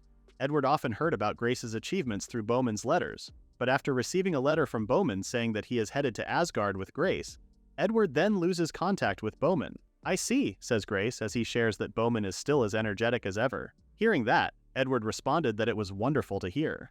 Grace never expected that they would receive proper treatment unlike the other companies because of Bowman's connections. With that in mind, Grace was thinking of buying some rare materials for Bowman as a souvenir. Edward asked to be excused as he wishes to start appraising the items Grace had brought. Hearing this, Grace responds, "Please do," In just a matter of seconds, Edward picks up the scale and was astounded, seeing that it was the real deal, an ancient fire dragon scale. Edward admits that he has never seen a genuine ancient fire dragon scale, not since his grandfather's time. Grace too was surprised that Edward could tell that the material is genuine right away. Grace shares how they've been to several trading companies and have been told countless times that the materials they brought were fake. Hearing that, Edward tells Grace that he can't blame the other trading companies for doubting the material, since the very existence of ancient fire dragons is already rare to begin with. The materials are so rare that they may as well be displayed in a museum. Edward also isn't surprised if he was told that they are fake. Grace asks Edward, confirming that he can actually tell that the scale is genuine. Edward responds that he can use one of his skills, which he deemed to be very useless in battle. However, it is one of his few talents that he also deemed useful, his appraisal eye. Changing the topic, since Grace brought genuine materials, Edward asks him if they defeated the monsters in Asgard. When Grace responds that they have and that lots of things happened as well, Edward becomes more intrigued, and finally sees why Bowman praises Grace. Seeing how Edward seemed to have a grasp of the true value of an item, Grace then shows the other items he had brought. Seeing the contents of the case, Edward mutters, "This is..." Grace shares that those are a specialty product from Asgard and wondered if he could sell them to Edward. After thinking about what Grace said, Edward asks Grace if he does not mind him using his appraisal skill on the items. Edward was shocked, as he couldn't believe that the small item he was holding was actual mithril. To be able to process it so small, Edward asks how it was possibly done. Edward even starts to wonder if it was even possible to make such a thing using Bowman's skills. Edward is certain that the item will revolutionize the concept of magical equipment, a true bundle of possibilities. Grace then informs Edward about the potatoes, and suggests that he will understand much faster if he actually tastes them. Grace had already prepared some that were cooked, which Vigna shares that he made into eudaimoni. After receiving the potato from Vigna and taking a bite from it, both Edward and Chris were surprised at how delicious it was. Edward instantly could tell that it wasn't just the taste, as he can also feel his magic power that was depleted by the appraisal eye recovering. Edward never expected that a mere potato could become a new means of recovering magic power besides potions, which he then asks Grace how on earth he created such a thing. Grace apologizes as he could not divulge such a secret. "I see," says Edward, as he offers Grace 50 gold coins for all the materials he brought. Seeing the amount of money on the table, both Grace and Vigna's eyes instantly shimmered. Grace asks Edward if it was really okay to give them that much. Edward reassures Grace that the items he had brought are certainly worth that much. Edward informs Grace that if he were to sell such items regularly, then he would be willing to pay even more. Chris grows concerned, telling Edward about the money. However, Edward reassures Chris that it is all right. Seeing that, Grace asks if there are any problems. Edward responds that it is nothing significant, revealing that the money he offered is all of his current assets. Grace asks Edward if he was sure with his offer and if it wouldn't affect his business. Edward tells Grace that there was no need for him to worry, as he stated that if he can't make a profit with such wonderful products, then he is simply unfit to be a merchant. Grace froze after hearing Edward's words. Edward then informs Grace that if he still has more to offer, he would take them. Grace was beyond grateful, thanking Edward. Grace reveals how they are short on daily necessities and believes that it would be helpful for them if Edward could sell their products regularly. "I see," says Edward as he reassures Grace that he will arrange for that arrangement. After being handed a piece of paper by Grace, Edward asks what it was. Grace informs Edward that the paper shows the safe land route to Asgard. Grace also informs Edward that they are currently recruiting residents and are prepared to accept anyone. With that information, Grace hopes that Edward would spread the word in Notrina that they are looking for immigrants and to give the map to those who are interested. Wanting to respond to Grace's trust, Edward asks Grace if he can shake his hand. After the two shook hands, Edward suggests to Grace that they seal the deal, as he now looks forward to a long and prosperous relationship. With Grace drained from the negotiations, Vigna cheerfully tells Grace, "That's great." Grace too felt the same way, as he admits how he wasn't sure things would turn out. Vigna approaches Edward and Chris, thanking them for taking care of even the smallest details. Edward responds that it was only natural and how they are looking forward to a long-term relationship. Edward whispers, telling Vigna that they too must strive to be cherished by Grace, just like his wife. Hearing that, Vigna turns red as she asks Edward if the wife he is referring to is her. Vigna then informs Edward that he may be misunderstanding something. Puzzled, Edward asks if that was truly not the case. However, Edward stated that it was just what his appraisal skill indicated. Vigna was shocked and asked if even the appraisal eye could tell such information. Chris too was surprised, asking Vigna if Grace and her are not yet dating. "What's with you two?" says Vigna as she tries to explain that her relationship with Grace isn't like that. Chris calls Vigna's name and tells her that she would be happy to help her with anything regarding Grace. Vigna turns to Chris. asking her if she would really do that. Chris reassures Vigna that she will, sharing how love-related businesses are quite profitable. Shocked, Vigna tells Chris that she's got quite the business sense. While Chris is busy interacting with Vigna, Edward approaches Grace, asking for a moment of his time. Grace asks Edward what it is about. Edward first apologizes for disturbing his rest and tells Grace that it is something he wanted to discuss regarding his older brother. Edward shares that in the past, their company had dealings with the second prince, Kyle Vermillion. Since Kyle's approach was one-sided, Edward made it simpler for Grace to understand that they suffered significant loss because of it. Grace finally understands why the place looked as it is, which he then apologizes for his brother's actions. "Not at all," says Edward as he tells Grace that an apology wasn't necessary since the dealings they had with Grace were the complete opposite, which truly excites Edward. From what Edward heard, Kyle is currently on good terms with Azure Trading Company, a large company. Edward believes that the reason is the high-grade potion market, which the company is currently monopolizing.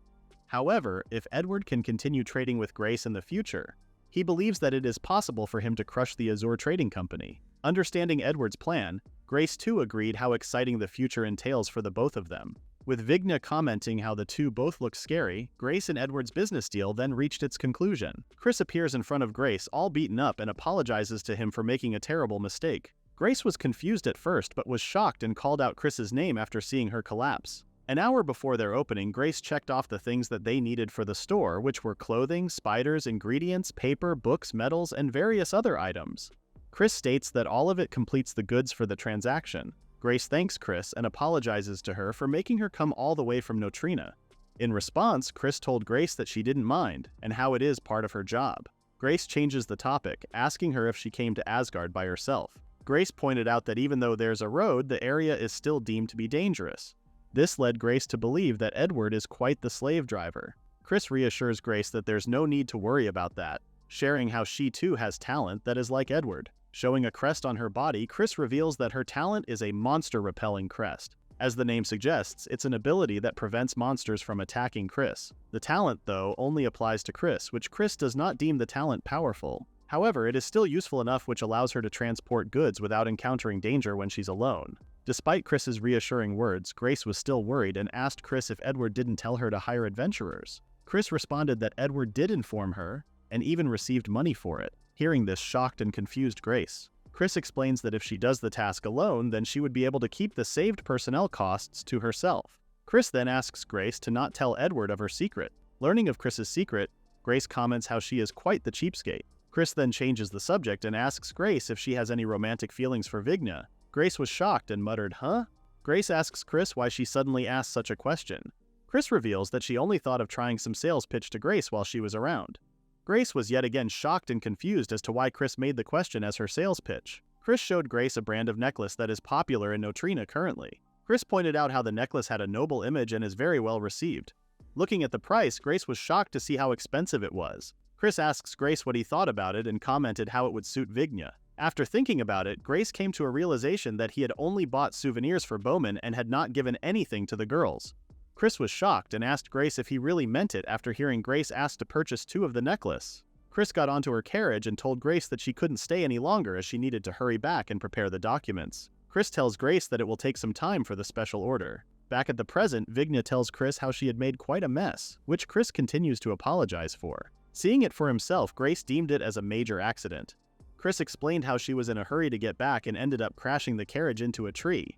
Although there were no monsters that would threaten Chris's life, what she didn't expect is that the roads would be in terrible condition. The direct road to Notrina was forcibly made since Grace still didn't have enough money or manpower to maintain it. Grace finds it quite troublesome since, in their current situation, they can't even think about road maintenance. However, Grace still understood that they needed safe distribution routes to make money. Grace thought and wished that they'd have a good solution. Vigna suggested the idea of burning the entire forest, which surprised Grace and commented how it was quite a sudden suggestion. Grace reminded Vigna that there are still many monsters lurking in Asgard forest, to which Vigna responded, "Oh, that's right." Grace thought that there was no point in just thinking about it, as he believes that the World Library would be able to help them in their situation. Opening his World Library, Grace searched for a method about anything they can do with what's in Asgard. With so many pages falling from the shelves, Grace eventually found a page that shows the rubber trees which are growing in clusters around the Mad King's mansion. By adding slime fluid to the rubber tree, they would be able to come up with something. Before Grace could say what it was, Vigna cuts him off, asking him if he is okay. Confused and embarrassed, Grace only muttered, "Huh? Oh." Vigna asks Grace if he was using his talent again, and informs him how scary Grace becomes whenever he suddenly faints like that. Grace too finds it scary after Vigna informed him how he actually looked when going to the World Library. Grace then informs the two that he has found a way to break through their current situation. For their first step, Grace shares that they must obtain slime fluid. Slime? Asks Vigna as she was confused with what Grace needed. The next day, Grace and the others visited the slime colony area within Asgard. Slimes are monsters that voraciously absorb living things and emit a corrosive mucus that dissolves everything weak against magic. Grace, though shocked, was able to block the slime's attack. However, seeing the damage that it could deal to someone like him who does not have offensive magic, Grace relied on Vigna, as he informs her that only magic works on slimes. "Leave it to me," says Vigna, as she charges towards the slime colony. After jumping over the slimes, Vigna then used the Thunder Emperor's arm, Thunderous Rain, to eradicate the slime. With such a powerful attack, the slimes were easily killed off. Galatea, who's holding a bucket, catches all the slime fluids. Galatea calls Grace's attention, telling him that they have gotten a huge haul of slime fluid. Grace asked the two if they were unharmed. Grace thought to himself how he would have sustained grave injuries if it weren't for the shield he was holding. Bowman asks Grace if he too sees how amazing the mithril shield is. Hearing Bowman's voice, Grace turns to respond, but was shocked when he saw Bowman unconscious and covered in slime. Grace didn't expect that Bowman would come and asked him if he had brought a mithril shield for himself. Bowman explained that he only received the order yesterday and that 1 or 2 is his current limit. Bowman asks Grace if he was starting something new. Bowman became curious and came to see what the fuss was about. What Bowman didn't expect is that slime fluid would come raining down on him. Vigna apologizes to Bowman since she was the cause for the slime to be splattered everywhere. "So," says Bowman as he first pointed out Grace coming to the forest, having him make mithril equipment and gathering slimes. With all that, Bowman understood that it was all for the sake of solving the transportation inconvenience that they have. Bowman asks Grace how those things lead to solving the problem. Grace explains to Bowman the process, which the first step was to collect the sap from rubber trees by making cuts from them. By mixing the sap with the slime fluid, they would be able to create a material that is rich in elasticity, which Grace calls rubber. Vigna has never heard of rubber before and asks Galatea if she has some information about it. Galatea responded that she has and revealed that some of her parts are made of rubber, which surprised Vigna and asked Galatea if that is really true. "I see," says Bowman, as he stated that it would no longer matter if the road is rough since Grace will be making a vehicle using the rubber. Grace points to Bowman, praising him for being able to catch on so quickly in his plan. However, the vehicular rubber idea wasn't Grace's real purpose. "Anyway," says Grace as he informs everyone that their immediate goal is to create rubber and how nothing can start until they achieve it. Galatea promises to do her best in supporting Grace. Bowman then asks Grace if he knows the mixing ratio of the sap and the slime fluid. Grace smiles at Bowman, telling him that he has no idea at all. Bowman smiles back as he comments how the journey looks to be going tough. For several days, Grace, along with everyone else, continues to generate latex, which is the solidified tree sap. Galatea would then knead the latex by adding it with slime fluid. Using the material that went through vulcanization, Grace and the others achieved a series of trial and errors for days. Everyone eventually reached their limit and ended up laying on the ground. Exhausted, Grace stated how it was no good and that nothing would work at all. Due to insufficient level, only a rough recipe could be obtained from the World Library. This led Grace to ask why his skills are always like that. With the current information they have, Grace and everyone else will have to keep trying different things, calling it a battle of patience. Galatea then approached Grace and Bowman, asking a moment of their time. Galatea revealed that she has brought them a late-night snack, potato butter. With his eyes glowing, Grace asks if it was okay. Bowman also had thoughts of eating such food at that hour. Grace thanks Galatea for the food as he had some. After taking his first spoonful, Grace comments how it was so comforting.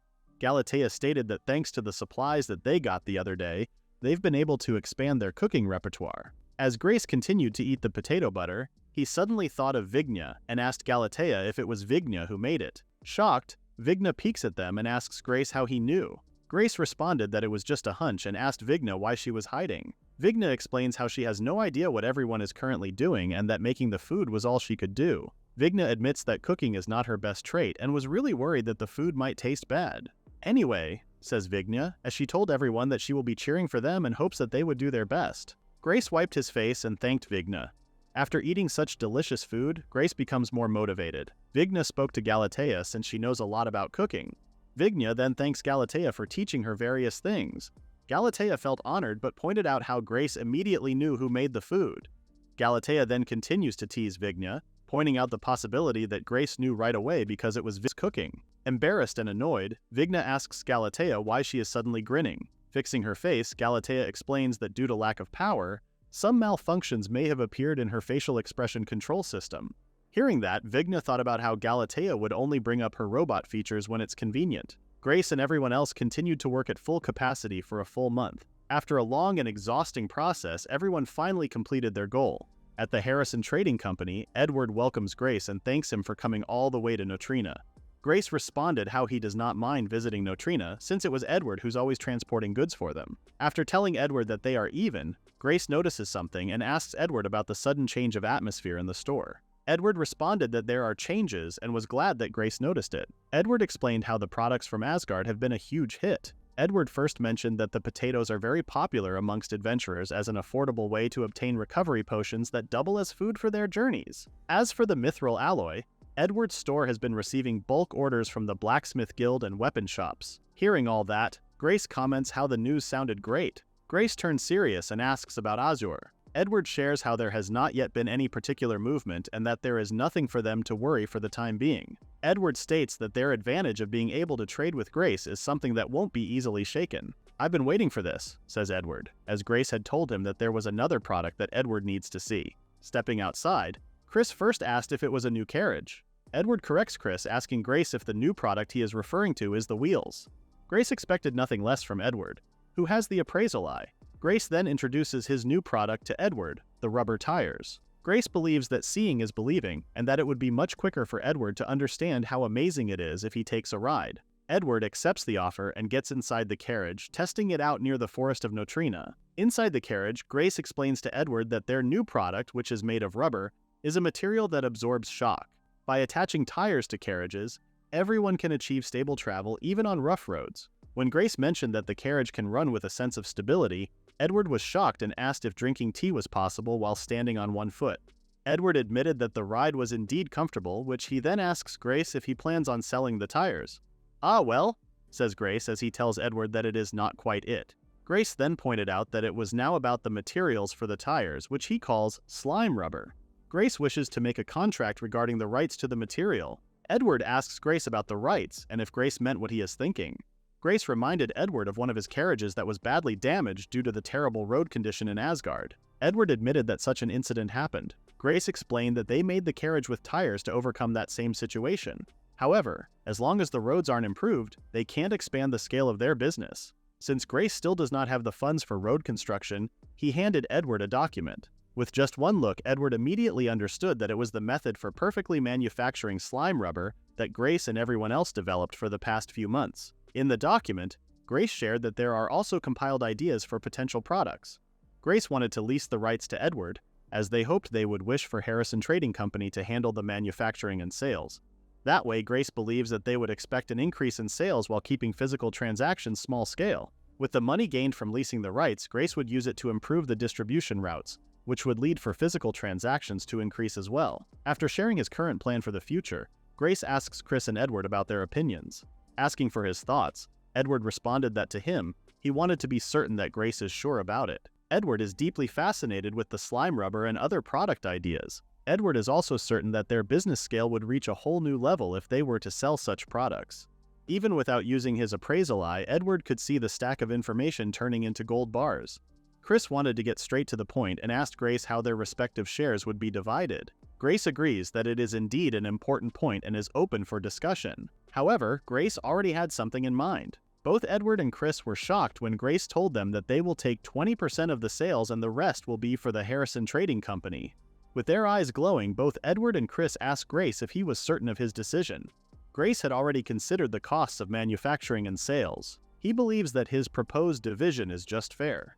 Seeing how Edward and Chris react, Grace thought about how the two are wearing their emotions on their sleeves. Edward pointed out to Grace that their transaction is quite a large scale, which meant that they need to be more careful with the contract. Edward suggests that they go back to the shop and have some warm tea, while they carefully work out the details of the contract. Grace smiles and responds, "Gladly." Returning to the shop, the negotiations between Grace and the Harrison Trading Company proceeded smoothly, as both parties agreed to all conditions. which led to the contract being signed. As Grace stood up, Chris called for his attention and handed him the items he requested before.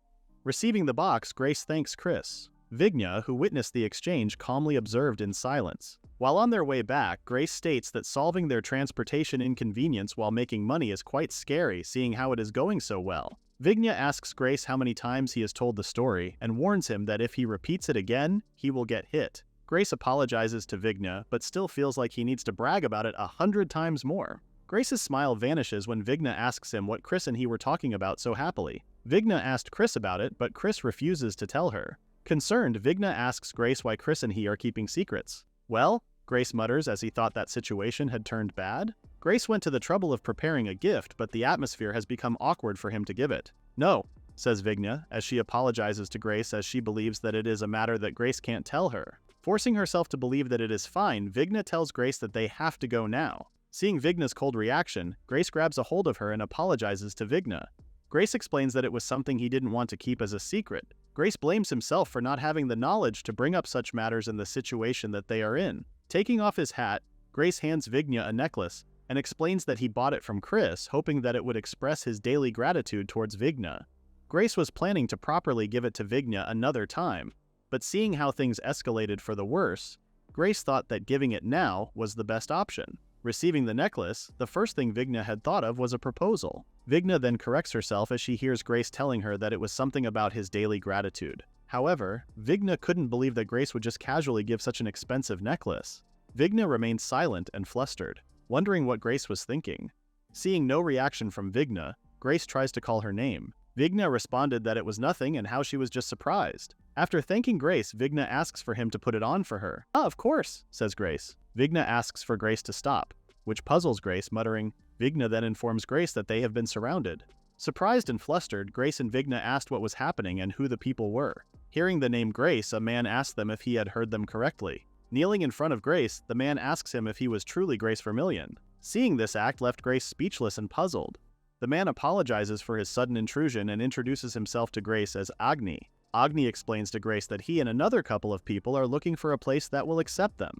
Agni and the others previously were living in a frontier village along the border with a neighboring country. Unfortunately, a war broke out, which led to them being drifted all the way to Notrina. Grace asks Agni if he had heard of him from Edward.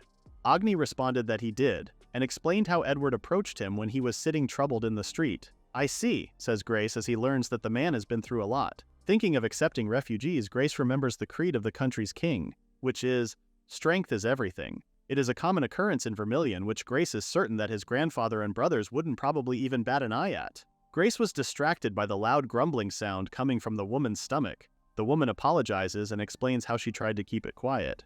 Grace turns to the woman, asking her how many days does it take without food to make such a loud sound. After the woman apologized, Grace knelt in front of the woman and handed her sweets that he got from the trading company, wishing for them to at least eat it. With eyes glowing, the woman asks Grace if it was really okay, to which Grace responded, "Of course." Grace offered some to the boy as well, but the boy looked away and asked for Grace to give everything to Noel. Grace told the boy that his attitude is quite commendable, but then told him that once they return to his domain, there will be plenty of food stockpiled and that there will be no need for him to hold back. The boy ends up accepting Grace's offer and thanked him for it. A man approached Grace, asking him if it meant that they were being accepted. Surprised at how his friend reacted, the bald man could only mutter, "Hey." Grace looks at them and tells them that it is the plan. Grace informed everyone that they are prepared to accept immigrants, which is also the reason why he asked Edward to help with the announcement. Grace brought up the fact that Agni and the others came from a frontier village, which he then asks for their help. Grace guarantees Agni and the others their livelihood, in exchange that they would lend their strength to Grace in developing Asgard. Agni was beyond grateful to Grace and expressed how they are very lucky to have met him. A little embarrassed, Grace responds, "The pleasure is mine, Agni." Grace turns to the two men and asks them if they have any objections, to which the two respond that they do not, and also thank Grace. Turning to Vigna, Grace asks her if they should now return to Asgard. Closing her eyes, Vigna responds, "Yes." After their journey back, Grace and the others eventually reached Asgard. Galatea enters Grace's room, informing him that the immigrants have finished their meals and have now settled down. Calling Grace's attention, Galatea notices that Grace's clothes have changed. Grace responded that he had the clothes tailored in town. Galatea then asked Grace what the papers were. Grace explained that those were names, heights, ages, weights, special skills, and whether the immigrants have a talent or not. Grace used the World Library to thoroughly investigate all the immigrants. Looking at the information he gathered, Grace now understands that much just by touching the subject, like an appraisal skill. What surprised Grace is that Agni had such a hobby, making him wonder if it is also a benefit of leveling up. Galatea comments that Grace is being cautious, to which Grace responds, "Of course." Grace admits that he didn't want to do such tedious work either. But thinking how far they've come so smoothly, Grace thought that he would rather not accept some troublemaker and have everything that they've built fall apart. In his investigation, Grace felt reassured and told Galatea how there was no need for them to worry this time. Grace asked Galatea if they should meet everyone, as Grace also wanted to introduce Galatea to everyone. Galatea thanked Grace as she is certain that everyone would be surprised if she were to suddenly appear. Calling Galatea's name, Grace states how lots of things have happened, which led to Asgard developing to the point that it is now accepting immigrants. From there on, Grace is certain that the development will accelerate. As the second-generation lord, Grace asks Galatea if he would be able to manage it all well, and if he is even able to live up to Susie's expectations. Galatea responds, asking Grace a question about his own opinion. Galatea shares how her father wasn't the type of person to expect anything from others. With Susie having that type of attitude, it is also the reason why the previous Asgard was passive about interacting with the outside world, which flourished on a small scale and then perished. From what Galatea observed, Grace is going in the opposite direction, which is spreading the knowledge and relics of Susie to the outside world. Galatea believes that her father's works and their value are steadily expanding. If Susie were to have witnessed what Grace has done, Galatea believes that her father would have said something along the lines of, "If I were to entrust the future of Asgard to someone, it would have to be you." Hearing that made Grace feel happy. Grace asks Galatea if she thinks so and hopes that she is right. With everyone at the table, Agni stood up and called Grace's name. "Huh," says Grace, as he can see how everyone seemed to have perked up quite a bit. Vignya reminds Grace that it is the result when eating the potato dish. Flexing his muscles, Agni shares that his muscles are now back to their prime. Shocked, Grace was not even able to recognize Agni immediately after his sudden change. Grace first apologizes to everyone for the abruptness and reveals that he has used his talent to thoroughly investigate their backgrounds. Shocked, the man mutters, "Everything?" Grace understands that everyone has their circumstances, but points out that it would be too late if problems arose later, and hopes that they won't take offense. Agni believes that it is natural and that they have nothing to hide, to which he then asks Grace if they had met his standards. Grace responds that they did, which he then shifts to the main point. Based on the information from his talent, Grace wishes to assign roles in Asgard. Calling both Johnny and Alfred's names, Grace brought up how the two have high aptitude and experience in agriculture, which he then gave the news that he will be transferring a portion of land from a nearby village to them, and wished for the two to start farming there. Alfred stood up asking for Grace to slow down, which both Alfred and Johnny asked Grace to confirm if he was truly giving them land. Grace responds that they have plenty of land to spare as of the moment. Alfred asks Grace again if he is certain of his decision. Seeing how Alfred reacted, Vigna asks him if he is that happy, reminding him that the land is still quite barren. Johnny explains to Vigna that in the frontier village they were just laborers for so long that having their own farmland was their own dream. It didn't matter to the two about the condition of the land, as long as they could have it. Alfred could no longer hold his emotions and hugged Johnny, telling him how glad he was that they followed Grace. Vigna told the two that she was happy for the both of them. Grace then turns to Agni, asking him to be the chief carpenter. Grace mentioned that they already have a skilled craftsman, which is Bowman, who used to be a blacksmith employed by the country. Grace wishes for the two to work together on rebuilding the town. Agni never expected that a laborer like him, which is similar to Alfred and Johnny, would become a chief. Agni turned to his side and asked Bowman if he was the blacksmith that Grace was talking about. Bowman responds that it is him, and confirms if he recalled Agni's name correctly. Bowman then asks if he could see Agni's hands. "I see," says Bowman, as he mentioned that Grace's judgment is quite spot on. Agni asks Bowman if he could tell. Bowman tells Agni to not underestimate him, sharing that though he does not have a convenient ability like Grace, he still could tell a lot about a person by their hands. Bowman confirms and tells Agni that he has the hands of a good craftsman. Agni remembers that in over a decade that he has lived at the frontier village, such a thing has never happened before. Agni expressed how touched he really is that he is finally being recognized by someone. Neil calls Grace's attention, expressing how he wished to farm with Alfred and the others and earn a living for Noel. Hearing this, Noel was touched by what his brother had said. For the two siblings, Grace calls Neil's name and tells him that he can't allow that. Shocked, Neil asked Grace why he refused to let him work. According to Grace's talent investigation, if Neil had any talent, it would be with the sword. Grace told Neil that they currently have a few people who can fight. Grace would like to have Neil aim to become a guard. Grace advises Neil to learn swordsmanship from Vigna in his spare time. Grace reassures Neil that despite Vigna's appearance, she is considered the strongest in swordsmanship. Hearing the last comment, Vigna tells Grace that the last part was unnecessary. With his eyes glowing, Neil asks Grace if it was really okay for a commoner like him to learn swordsmanship. Grace responds, "Of course it is." If Neil's wish is to become strong for his sister's sake, Grace believes that it is all the more reason that he chose the path of the sword. Grace then turns to Noel, who excites upon hearing her name. Grace told her that if she does not have any particular preference, he wishes for her to work as a maid in his mansion. Hearing this decision aroused hostility towards the others. Johnny then asks Grace what he is planning by bringing a girl into his mansion. Alfred too was surprised to learn that Grace had such a taste. Hearing this confused Grace even more. Neil pointed out to Grace that Noel is only 14 years old. Noel spoke up and told Neil that it is okay. Though hesitant, Noel accepts to use her body for Grace's sake since he was the one who saved them. "Whoa, whoa, whoa," says Grace as he clarified that everyone is just misunderstanding his decision. Grace revealed that his decision was rooted in Noel's very own aptitude. Grace then shared that Noel has high aptitude for cooking, sewing, and domestic skills. "Oh, I see," says Noel as she remembers that in the frontier village, she used to cook for 100 people by herself. Hearing that, Grace comments that it's incredibly impressive. After sharing to everyone his idea, Grace also mentioned that there's one capable maid in the mansion, and she could help Noel in developing her talents.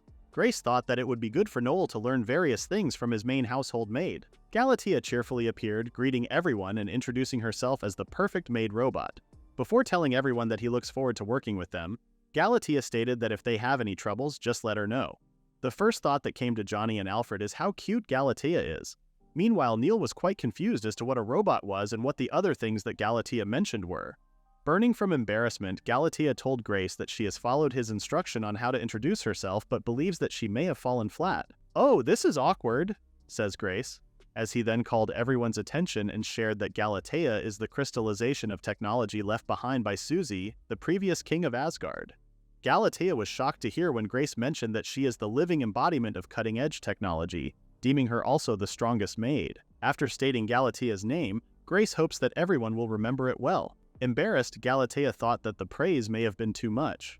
Grace told everyone that Galatea is part of a special race called Robot, and expressed how happy he would be if everyone would get along with her. Noel asks if Galatea is truly not human, while Neil, on the other hand, thought that the word robot itself sounded cool. Alfred also approaches Galatea, greeting her. Galatea was caught off guard as she felt somewhat nostalgic after meeting other people. Agni realized that the rumors about Grace, who had inherited Susie's relics, were true after all. Grace then introduces himself again properly, telling everyone that he is Susie's successor and the current Lord of Asgard, Grace Vermillion. Raising his cup, Grace told everyone that moving forward, they are free to live in Asgard with peace of mind. As their lord, Grace swore to ensure their safety and prosperity. On that day, Grace welcomes immigrants for the first time and has taken a new step forward as a lord. At the same time in the royal capital, the second prince Kyle was laughing after learning that Grace was still alive. The man confirmed that it is true and shared how Grace approached their Azure trading company to deal in monster materials and such. The man reassures Kyle that he had brushed Grace off. Kyle laughs as he finds it amusing, the thought that a royal would be playing as an adventurer. But what still surprises Kyle is Vigna, who went along with Grace. Kyle admits that Vigna is an excellent knight, despite being a cursed child. Kyle guesses that Vigna is now Grace's lifeline. When the man mentioned that Grace had started some strange business, Kyle responded that he had already heard of it. Learning of magic restoring potatoes and mithril alloy, Kyle finds it hard to believe that anything other than potions can restore magic power. Kyle then points out that Azure Trading Company already has control of the potion business, which is why he isn't interested. However, Kyle is very much interested in the mithril alloy and plans to seize it when the time is right, just like what they did with the Harrison Trading Company. "Indeed," says the man, as he brought up how Kyle took the potion business from the Harrison Trading Company and gave it to Azure Trading Company. Thanks to Kyle's help, Azure Trading Company is now thriving. Kyle told the man how it sounded quite unpleasant, pointing out that he simply entrusted a business too big for a small company to a larger one. For Kyle, it is only natural if they wish for their country's development. Kyle believes that he has the most qualities befitting a king and how no one seemed to understand how far behind the others are to him. Kyle mentions that his older brother Georg and younger brother Grace, as well as their father, are no longer on par with him, which led him to believe that he may have to demonstrate to them once more that he is superior. To prove his superiority, Kyle decides to start it off with Grace. Vigna was amazed and asked Noel if she made the entire dinner. Vigna comments on how the prepared meals were something she has never eaten before, but yet are so delicious. Grace also commented on how the spices are strong, giving it a unique flavor. Grace then praises Noel for making an incredible dish and asks her what the deal was with the cuisine. Noel explains that what she cooked is something that is called Chinese cuisine that has been passed down in Asgard. Noel made the food while learning various things from Galatea. Hearing that Noel is confident in the food's taste, the first thing Grace noticed is how tiny Noel's voice is. Hearing her name being called surprised Noel. Galatea then appeared, pointing out how her voice is too quiet and reminded her that a maid's duty is to respond clearly to what is asked or requested. Galatea then made it clear that knowing how to cook isn't just enough. When Noel heard that she had failed as Galatea's student, she immediately apologized and reassured Galatea that she can do better. Hearing a loud response, Galatea praises Noel and tells her that she can surely do it if she tries. Grace asks Galatea what she is doing. After being entrusted with Noel's education by Grace, Galatea took it upon herself to carry out the duty with all of her might. For the sake of Noel's education, Galatea is determined and believes that her hot-blooded Spartan sadistic female teacher Guts education program is appropriate. Vigna asks Galatea what she is talking about and if it is one of Susie's hobbies. Grace wonders as well why such a program even existed and not a program for farming. Confused, Galatea apologizes and responds that she does not quite understand what the two are talking about. Galatea then changes to a more important topic and tells Grace that a letter has arrived for him. From what Galatea could tell, the letter came from Edward from Notrina. Vigna asks if the letter was an invitation to a party, which she finds pretty casual. Vigna remembers that the Harrison Trading Company is in a dispute with the Azura Trading Company at the moment and wonders if a party is really appropriate at this time. No, says Grace, as he believes that what Vigna mentioned is the exact reason why a party must be held. Grace explains that they require merchants to gather together to strengthen their unity and to also stand against the powerful Azur. A few days later, Chris appears and introduces herself as the one who will pick up the guests. Surprised and puzzled, Chris asks Grace and Vigna if it will just be the two of them that are coming. Grace explains how they are quite busy as of the moment, but still didn't want to refuse an invite that came from Edward. I see, says Chris, as she then asks if the immigrants who went to Asgard are doing well. Grace responds that they are, and also comments that the immigrants are all excellent. Grace shares that the collapsed village has been completely cleaned up and is now ready for repairs. Grace also shared how his craftsmen even had the leisure to make incomprehensible buildings. Another good news from Asgard is that they also were able to start farming in the village. With the synergy of Bowman's hoe, Grace is certain that they will be expecting a considerable potato harvest next season. Chris remembered that there were children immigrants as well and asked how the two were doing. Grace responds that one of the kids is working as a maid in the mansion. As for the other one, Grace stopped speaking as he let Vigna take the turn since she was Neil's instructor. Vigna reassures them that Neil is doing his best, which is also what Grace heard. Hearing such wonderful praises, Chris comments on how it sounded great. Vigna then turned quiet as she was asked not to give out any details.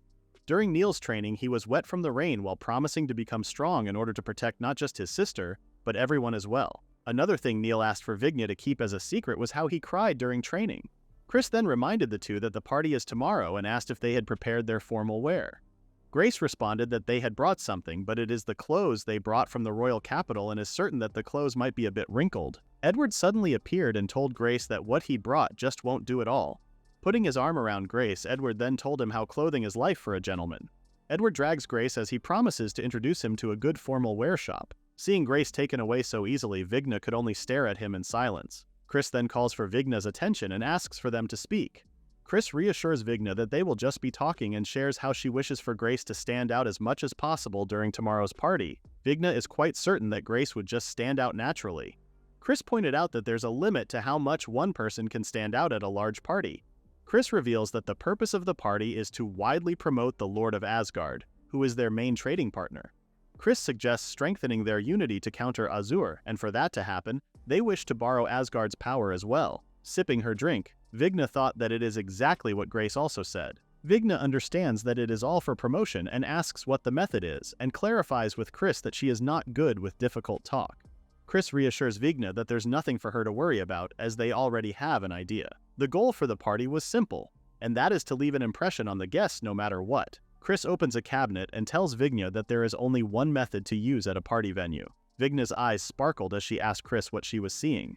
Chris responded by asking Vigna what she thought it was, revealing the first-class item the Harrison Trading Company prepared just for her. Vigna then asks if Grace knew about the plan.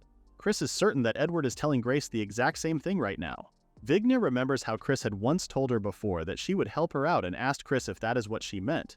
Chris responds, "Well, who knows?" The next day, Edward welcomed the merchants of Notrina and thanked them for accepting his invitation. Edward informs his guests to feel free to enjoy the food or let themselves be carried away by the music and dance. Edward also allows for the merchants to start business negotiations if they wish to do so, and hopes that they all enjoy the finest evening. The guests couldn't close their mouths as they were mesmerized by Vigna's beauty. Seeing Vigna approaching someone, the others immediately made a connection that the other person is none other than the Lord of Asgard, Grace. Walking beside Grace, Vigna states how they seem to be famous and are standing out really well. "Of course we stand out," says Grace, as he remembers how he was forced to buy extremely expensive formal wear in all the commotion and believes that they must stand out that much. Vigna praises Grace's suit, telling him how it suits him.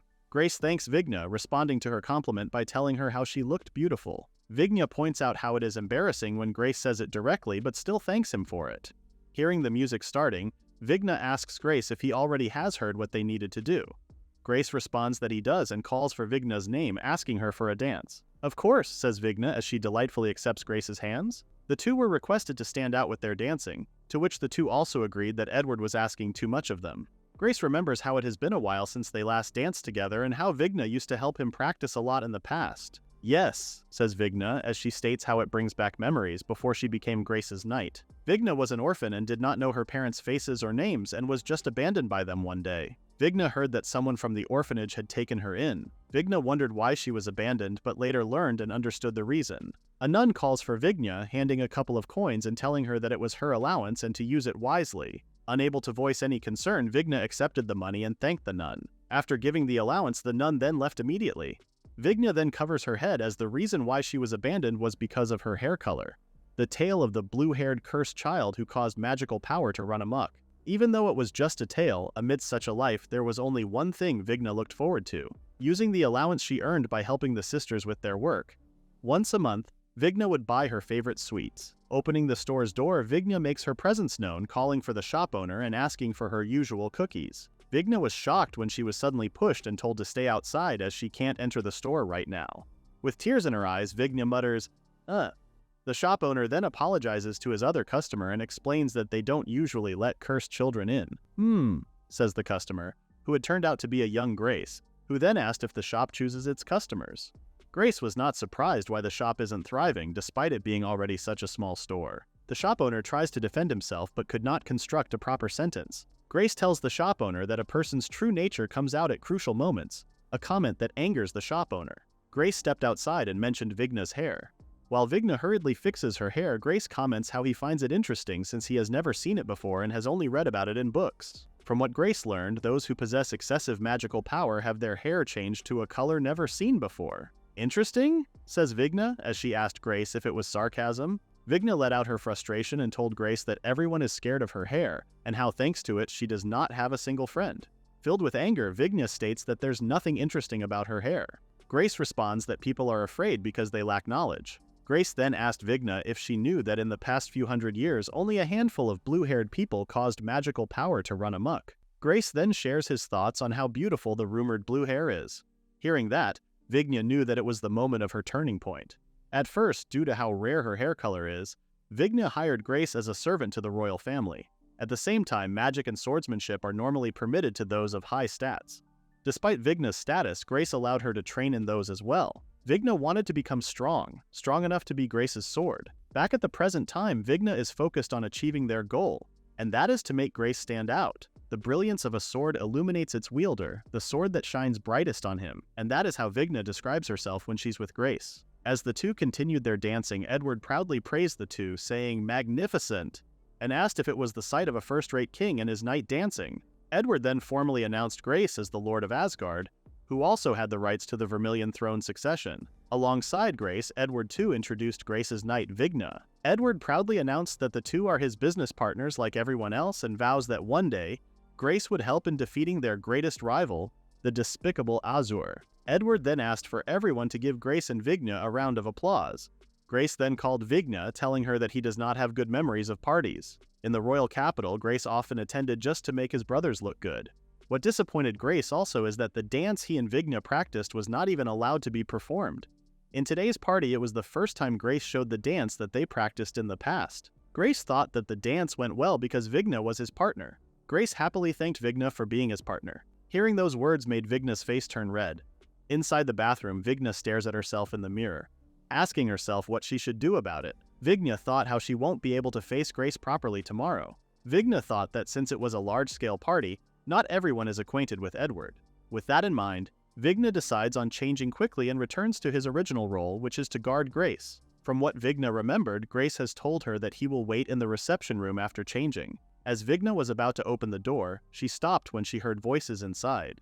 From what Vigna heard, the person inside the room asked for the matter to be handled carefully, and so that Vigna wouldn't find out. Hearing the voice, Vigna immediately recognizes it as Edward. Vigna froze as she heard that the people inside are planning on taking Grace along and even wondered what kind of face Grace would make, which makes the perpetrators more eager to complete their plans. After hearing suspicious plans to take Grace, Vigna follows Edward. To Vigna's surprise, she reaches the Neutrina branch, Cabaret Club Elf Villa. As the elves welcome their guests, Edward, who is enjoying his drink, tells Grace that it is his treat and tells Grace that he can drink to his heart's content. Grace is unable to speak as a group of beautiful elves shower him with praise upon learning that he is a really important person. With his face turned red, Edward tells Grace how he is just so popular. Edward then calls another elf named Sarah and asks her to get Grace another refill, says Sarah as she stated what she should do, and if Grace really insisted, then she would bring it over.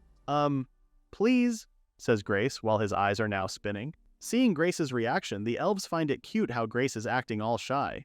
Unbeknownst to the two, Vigna is angrily observing them, as she can't believe that she was left behind and that Grace is now acting all lovey-dovey. Peeking through the small opening at the door, Vigna realizes that the people inside are all important figures among merchants, like heads of trading companies. Vigna also realizes that the after-party at the Cabaret Club is the actual main event. Vigna wonders if the place is the grand stage where business deals are made. One of the guests calls an elf named Maria, pointing out how her butt has gotten even bigger. Seeing that makes Vigna doubt what she had initially thought. The man then tells Grace that the elf, Maria, gets hotter every time he sees her, which he believes is worth visiting for that reason alone. Embarrassed, Maria responds, "Oh, stop it." With Grace all flustered, the elves then mention how Grace is staring too much. Maria hints that since there is something to look at, a man would instinctively look, as it is within their nature. Since Grace is already present, Maria asks Grace if he wishes to touch it. Grace is too shocked and couldn't even respond properly, saying, "No, Maria then announces that touching time is over. Seeing all that, Vigna closes her eyes and thinks that Grace should do it, as it is part of the business deal. Vigna tries to force herself to believe that the people inside are just having stupid conversations and nothing else. Sarah calls for Grace's name and asks if she had gotten it right. After Sarah introduces herself, she asks Grace if it is his first time visiting such a place. When Grace asks Sarah why she is asking, Sarah responds, pointing out how Grace seems nervous and like something is bothering him. In a seductive approach, Sarah offers to lend her ear and listen to Grace. Surprised, Grace asks Sarah if it is that obvious. Sweating, Grace reveals that it is about a friend. Grace explains how his friend doesn't understand his feelings for his childhood friend.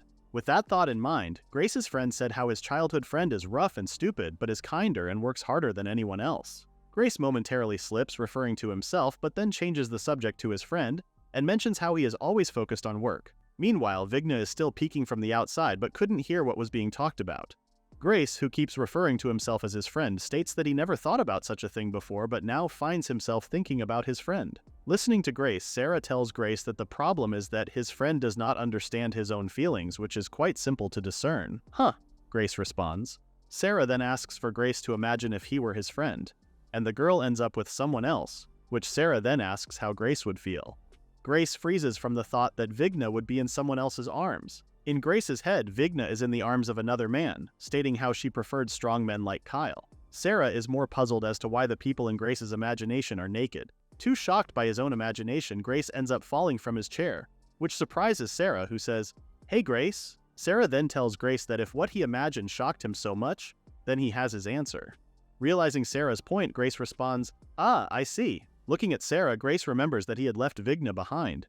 Edward then calls for Sarah, asking for her to bring him another drink. "Yes, coming," says Sarah. Grace apologizes to Edward as he decides to take his leave first. Drunk, Edward asks Grace if he is leaving already, to which Grace responds that he is and thanks him for everything.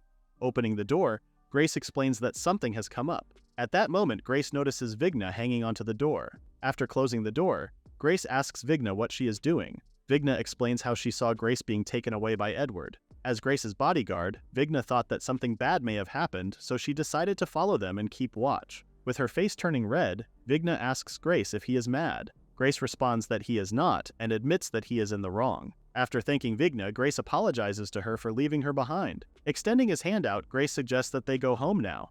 Vigna is speechless as she did not expect such an action from Grace. "Okay," says Vigna as she holds Grace's hand. Curious as to what was being talked about inside the cabaret, Vigna tells Grace that she couldn't hear much of what was said inside and asks him why he stumbled at the end. "That's, says Grace, as he is not quite sure how to explain it to Vigna. Meanwhile, at the Azure Trading Company, the owner is pissed off at the Harrison Trading Company for hosting a grand party without informing her. Sabus states that such an action is quite insolent, and asks the owner what they should do. The owner remembers that Sabus went to the royal capital recently and asks what Kyle said. Sabus relays what Prince Kyle said, that as long as the merchandise is safe, then they can do as they please. "I see," says the owner, as she is certain that there is nothing for them to fear as long as they have Prince Kyle's backing.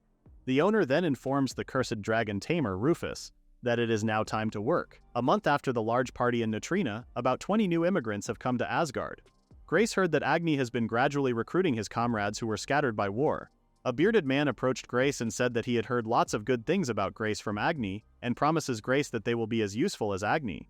"More rough-looking folks have arrived," says Grace. The man is called Donovan and introduces himself as a coal miner related to Agni. Donovan also has a talent, boasting the work efficiency of 100 people as a coal miner. Grace was expecting such a day to come, when immigrants with talents, which is a group of coal miners, would come to his territory. If they were to secure their own metal supply, Bowman's capabilities would certainly increase and would lead to further development. Hearing a woman call his name, Grace turns and sees his acquaintance, Sarah. Grace greets Sarah as it has been a while since the last time they met at Asgard. Grace asks if the club is okay. Sarah responds that she is just on vacation. Sarah heard that there would be a group of immigrants headed to Asgard and decided to tag along and think of it as a trip. "With such a casual attitude," says Grace. Sarah then moves in closer and brings up the girl Grace mentioned, in which Sarah reveals that it has become quite the hot gossip. Noticing how close the two were, Vinya states how the two seem to get along well, and wonders if she should go over there instead. Turning her attention to Vinya, Sarah asks for some time to speak privately. After leaning forward and whispering into her ears, Vinya's face immediately turns red, which alarms Grace after seeing her face. After dropping such a secret, Sarah then tells the two that she will be under their care for a few days, and that they may rely on her if trouble arises. Seeing Sarah leave, Grace wonders what Sarah whispered to Vinya. With nothing left to do, Grace mentions that they will be heading back to the mansion now. Vinya is surprised and says, "Yes, that's right." Grace gathers his retainers at their home and informs them of the situation, which is that he is planning to go to the mine. Grace is certain that everyone heard that a group of coal miners came as immigrants the other day. According to the World Library, there is a mine in the northeast mountains of Asgard. Grace is thinking of going there with the coal miners. After asking for their opinion, the door suddenly opens and Bowman asks Grace if he really plans on going there by himself. With a scary look, Bowman asks that he too be brought along. Grace is shocked to see Bowman and asks if he was up all night. Realizing that he got caught, Bowman explains that he was doing some experiments in the workshop. When Grace asked about the experiments, Bowman interrupted and told him that there was a more important matter. Bowman stated that the metals available in Neutrina are of poor quality. Since Grace is going to the mine in their territory, Bowman wanted to go as well. Sensing the murderous sensation coming from Bowman, Grace stated that Bowman did not have to tell him that as he was planning on it. Removing her glove, Galatea informs Grace that the mines in Asgard are places his father used before and that she has detailed maps in her memory. Galatea shares that there are many monsters in the surrounding area and that it would be logical for her to accompany them as a guide and guard. Enticed by the technology Galatea is showing, Grace tells her how their maid is quite reliable. Vinya then asks Grace what about her. While thinking about what job to assign her, Vinya tells Grace how she is more suitable for protection. Grace says no and explains that for this time Galatea is more suitable since she can also guide them. Grace orders Vinya to protect the village's safety as they need at least one person with high combat ability to remain. "I see, that's right," says Vinya. Approaching Galatea, Vinya asks if she can ask her something, as she had been wondering about it. When Galatea asks what it was, Vinya outright asks her who she thinks would win in a fight between the two of them. After finishing her analysis, Galatea shares with everyone that according to simulation results, she would win 99% of the time. Galatea explains that, as a made combat robot, she has been given powerful resistance to slashing attacks and magic. Putting it in simpler terms, Galatea is a bad matchup for Vinya. After hearing that from Galatea, Vinya turns away and reassures them that she will guarantee the village's safety. Bowman asks Vinya to wait and tells her that the prototype from the experiment is in the underground workshop, and that she may try it out for herself. Vinya responds, "I understand," before leaving the room. Bowman turns to Grace and asks him if he is not going to chase after her. "It's fine," says Grace, as he also understands Vinya's feelings. Vinya has always been Grace's royal guard, protecting him as a prince, but now Grace is not just a prince. Grace also holds the position of a lord, responsible for everyone's lives. That is also the reason why he cannot afford to make a single mistake in his choices, and he believes that the decision he made is the best one. Grace then orders the two to call for Donovan, and tells them to stop looking so gloomy. Grace smiles and reminds them that it will just be a short trip and not their last day or anything. Hearing that from Grace, Bowman tells him that he has truly grown up. "Have I?" says Grace. The next day, a group of dragons were headed to Asgard. A person riding the dragon commented on how puny Asgard looked. At the same time, at the northeast mine of Asgard, Grace and the others had made it very far with Galatea's guidance. However, the path they took was so pitch black that they could no longer see where they were headed. Galatea suggested making her eyes glow to give them some light. Everyone was shocked and asked her if she could really do that. Galatea responded that she could not and that she was merely joking. This angered the others, and they told her that it was no time for jokes. The group then asked each other if they had a light. Grace called for Donovan, asking if he was nearby, to which Donovan responded that he was. Bowman called everyone brats and told them to quiet down. Bowman then lit up a spare light and ordered them to wait. After turning on the light, it woke up the sleeping bats inside. Everyone screamed as huge bats started coming at them. Galatea stepped forward, saying to leave it all to her. This shocked Donovan, and he immediately turned to Grace, asking him if letting the maid go was okay. Another concern of Donovan was that they were not capable of handling flying monsters. With the situation becoming scarier than what he had heard, Donovan's view of Asgard was now that it was terrifying. Grace ordered Donovan to calm down and just watch. Grace then shared with him that in Asgard, maids could fly too. Donovan was in shock as he witnessed how Galatea jumped so high and landed a kick onto the huge bat. Aside from being able to kick the flying monster, Galatea then swung the defeated giant bat to take out all the others, which Donovan found absurd. Donovan was impressed with Galatea. Although he already knew that Galatea was not human, he still did not expect her to have such combat capabilities. Donovan was very grateful for Galatea, telling her how they would have been wiped out without her. Galatea liked the praise very much and asked to be praised more. With Galatea's kind of power, she was asked if she could not develop the mine in an instant. Galatea explained that it was impossible, as she was not programmed with coal mining skills. However, Galatea would instead focus on cheering for all of them. Donovan was very confused with what Galatea said but thought that it was fine since she was cute. With the place cleared of monsters, the miners started working. Grace informed everyone that for the day they would just be doing some light surveys, and there was no need for them to dig deep. Donovan then called for Grace's attention, showing him the minerals he had collected. All of it was just from a bit of digging, and Donovan was expecting to gather more since they were mining in a monster-infested area. Grace was also shocked for them to find so much mithril in such little time. Grace calls Bowman's attention, asking him the status on his end. Bowman responds that it was all waste rock. When Bowman tells Grace to throw it away since it is just worthless ore and cannot be sold or used, Grace opens his book and tells Bowman to wait since the world library is reacting. When Bowman asks what it means, Grace responds that he has encountered knowledge from another world again. Grace encounters a magic stone and is then informed that it can store magic. Bauxite is another mineral that Grace finds that is used as a raw material for aluminum in another world. By encountering bauxite, Grace's understanding of the other world has increased. Grace also unlocks the recipe for aluminum. Bowman becomes intrigued by a raw material that is widely used in another world, and a mineral that is meaningless without magic. Grace was not surprised that he did not know about it, as only a very few can use magic. Bowman, on the other hand, still could not believe that such minerals existed. With his eyes glimmering, Bowman tells himself that coming along was the right decision. Donovan approaches Grace, asking him if he is also knowledgeable about minerals. After being a coal miner for years, Donovan admits that the minerals that Grace spoke about are something he has never heard before. From the knowledge Grace shared, Donovan now thinks that Asgard is full of amazing people. Grace tries to explain that he is not knowledgeable but rather that it is just his talent. Galatea calls Grace's attention, informing him that they have an emergency. After being told that the village was on fire, Grace looked shocked and pale, while the others were also processing the information. Taking a closer look, Donovan and Bowman still doubted it, as they couldn't see a thing. Grace asked Galatea what type and how many enemies they have. With her enhanced eyes, Galatea learned that there were a total of 5 wyverns, and one that seemed to be their tamer. The first thing that comes to Grace's mind is whether it is a dragon tamer. Grace believes that if they take down the leader, the wyverns will scatter. Grace also does not think that their enemies are a match for Vinya. Donovan asks Grace if he will be alright since they are facing 5 wyverns. Donovan also tells Grace that they have to do something fast, or Agni and the others would also face the consequences. Bowman reassures everyone that there's no need for them to worry, sharing with them that Vinya has a new weapon. Bowman believes that even 10 wyverns wouldn't be a match against Vinya. Grace is shocked to hear that Vinya has a new weapon since he hasn't heard anything about that. The reason why Grace didn't know about it is because Bowman did not inform him. Bowman points out that he wasn't hiding it and thought that it just wasn't the right time since Grace is so busy with parties and whatnot. Also busy with his own work, Bowman didn't get the time to mention it to Grace. Bowman had already told Vinya about the weapon, which is the crystallization of all the technology they've cultivated so far. The weapon is a fusion of technology from another world and their world. Upon showing the weapon to Vinya, Bowman suggests that she try it out. Vinya was quite hesitant about using the new weapon. A little while earlier at the Mad King's mansion in Asgard, Vinya understood that Galatea is much more suitable for the trip than she is. However, Vinya felt conflicted, since she had always been Grace's bodyguard. Saying such things and causing trouble, Vinya stated how she has started to hate herself. Crying on Sarah's lap, Vinya wonders if Grace is starting to hate her. Unsure of what to do, Sarah could only mutter Vinya's name.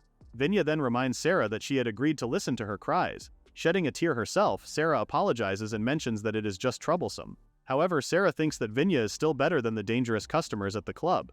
Sarah reassures her that she is already used to that kind of thing. Vinya also apologizes for her behavior and mentions that it is easier for her to share it with Sarah. Sarah points out to Vinya that if Grace starts hating her over something like that, then he would be the one with the problem. Sarah then asks Vinya if the man she fell for is that small-minded. Embarrassed, Vinya looks away and clarifies that her feelings toward Grace are not that serious.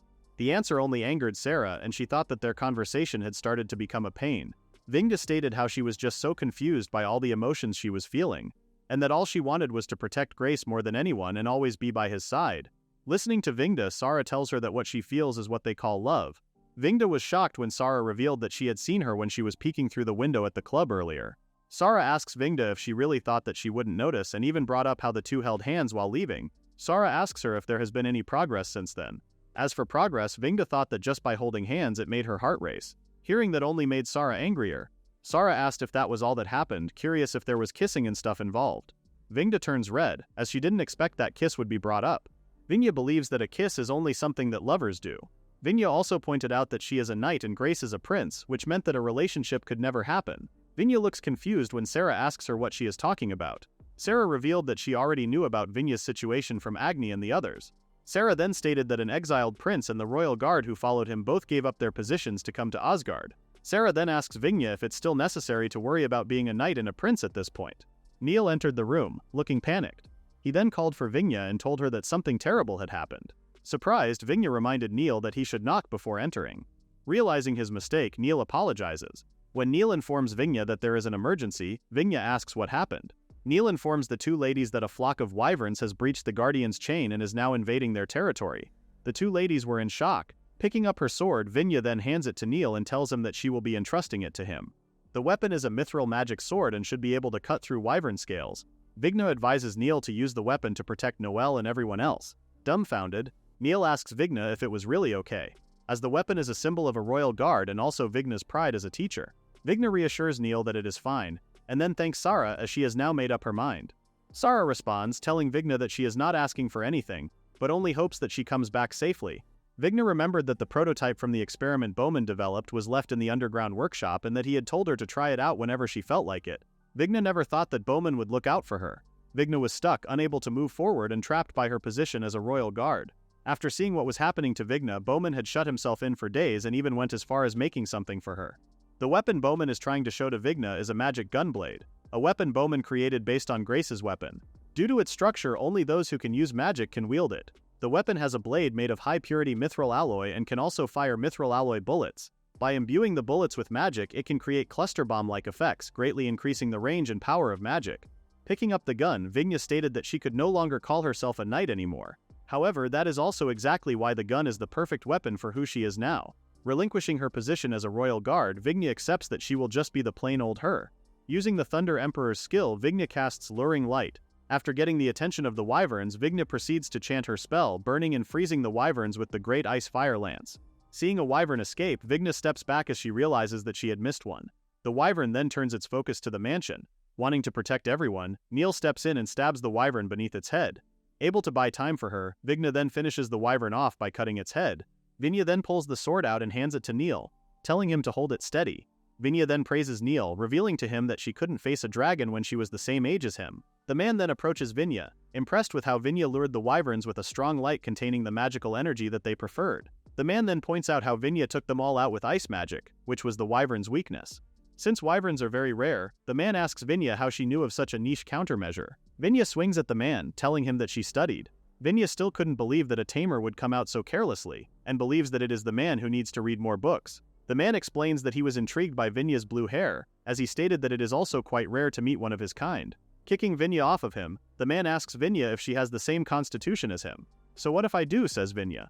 Licking his wound, the man then tells Vinya that controlling a mere handful of wyverns does not begin to deplete his magical power. Releasing so much power, the man reveals his talent as a dragon tamer and summons a dragon that he had previously marked.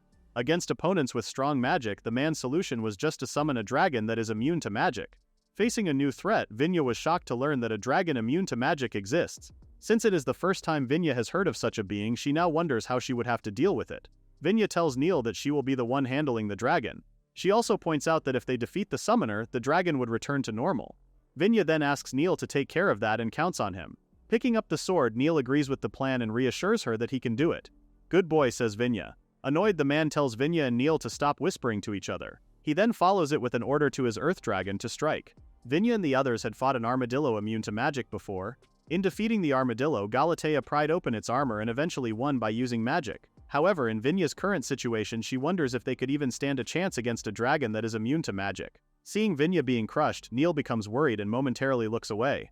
This gives his enemy a chance to sneak up on him, even asking Neil if he should really be looking away. The man kicks Neil, but Neil is able to guard in time, minimizing the damage.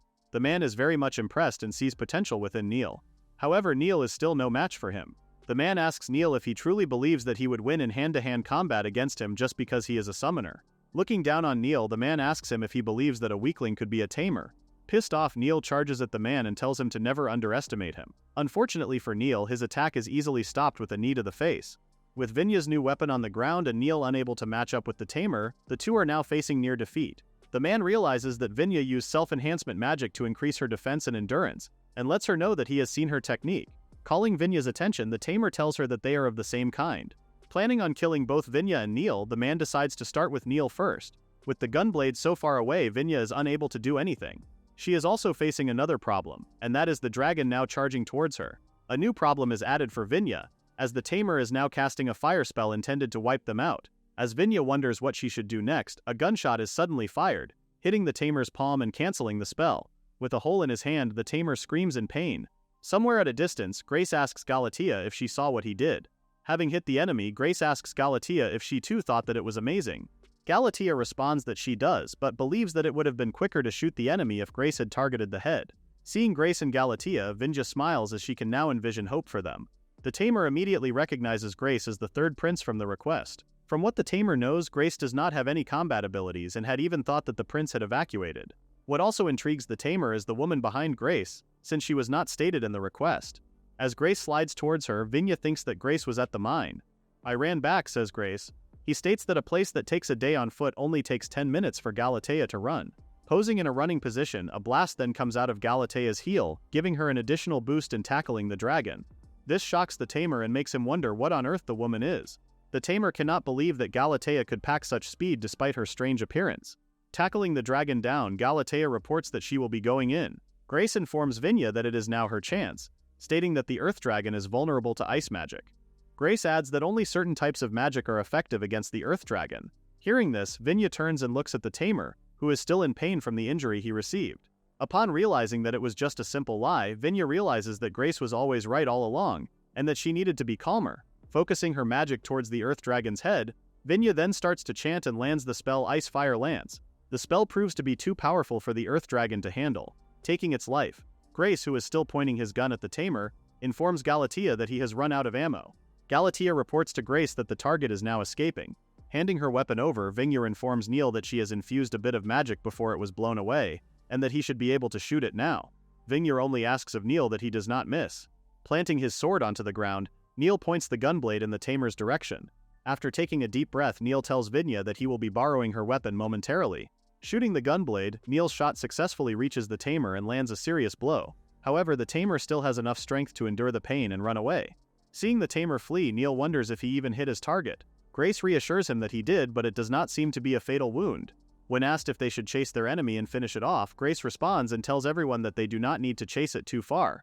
The answer shocks Vinya, and she asks, "Why not?" Upon further inspection, Grace is able to confirm something.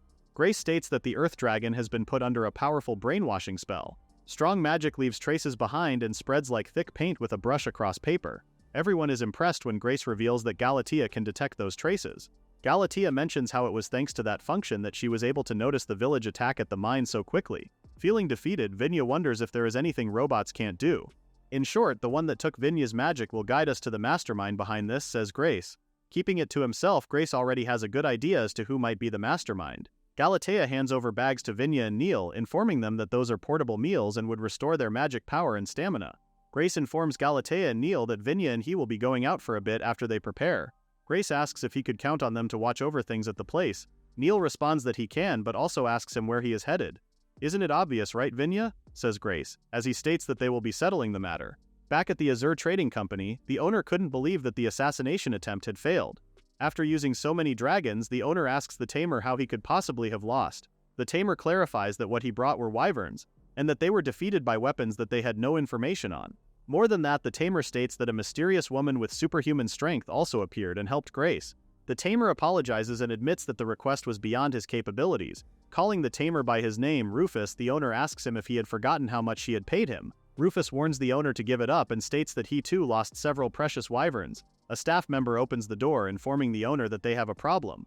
Upon informing the owner that they have a visitor, the owner angrily tells the staff member that she would deal with it later, as there is no time for them to be accepting visits. Grace then appears, looking disappointed as he states that he came all the way to their company, only to be turned away at the door again.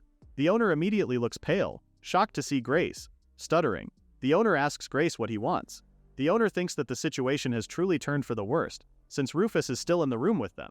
If Rufus's involvement is discovered, the truth would then be revealed that she was behind the attack. When asked what he wants, Grace states the obvious, that it is business. Nervous all over, the owner continues to stutter and changes her attitude, now more willing to listen to the business Grace wants to talk about.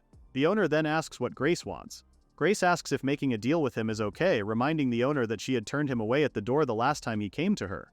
Showing a forced smile, the owner points out to Grace that he is now a famous merchant and admits that she was terribly rude to him before. "Well, it's fine," says Grace as he takes a seat.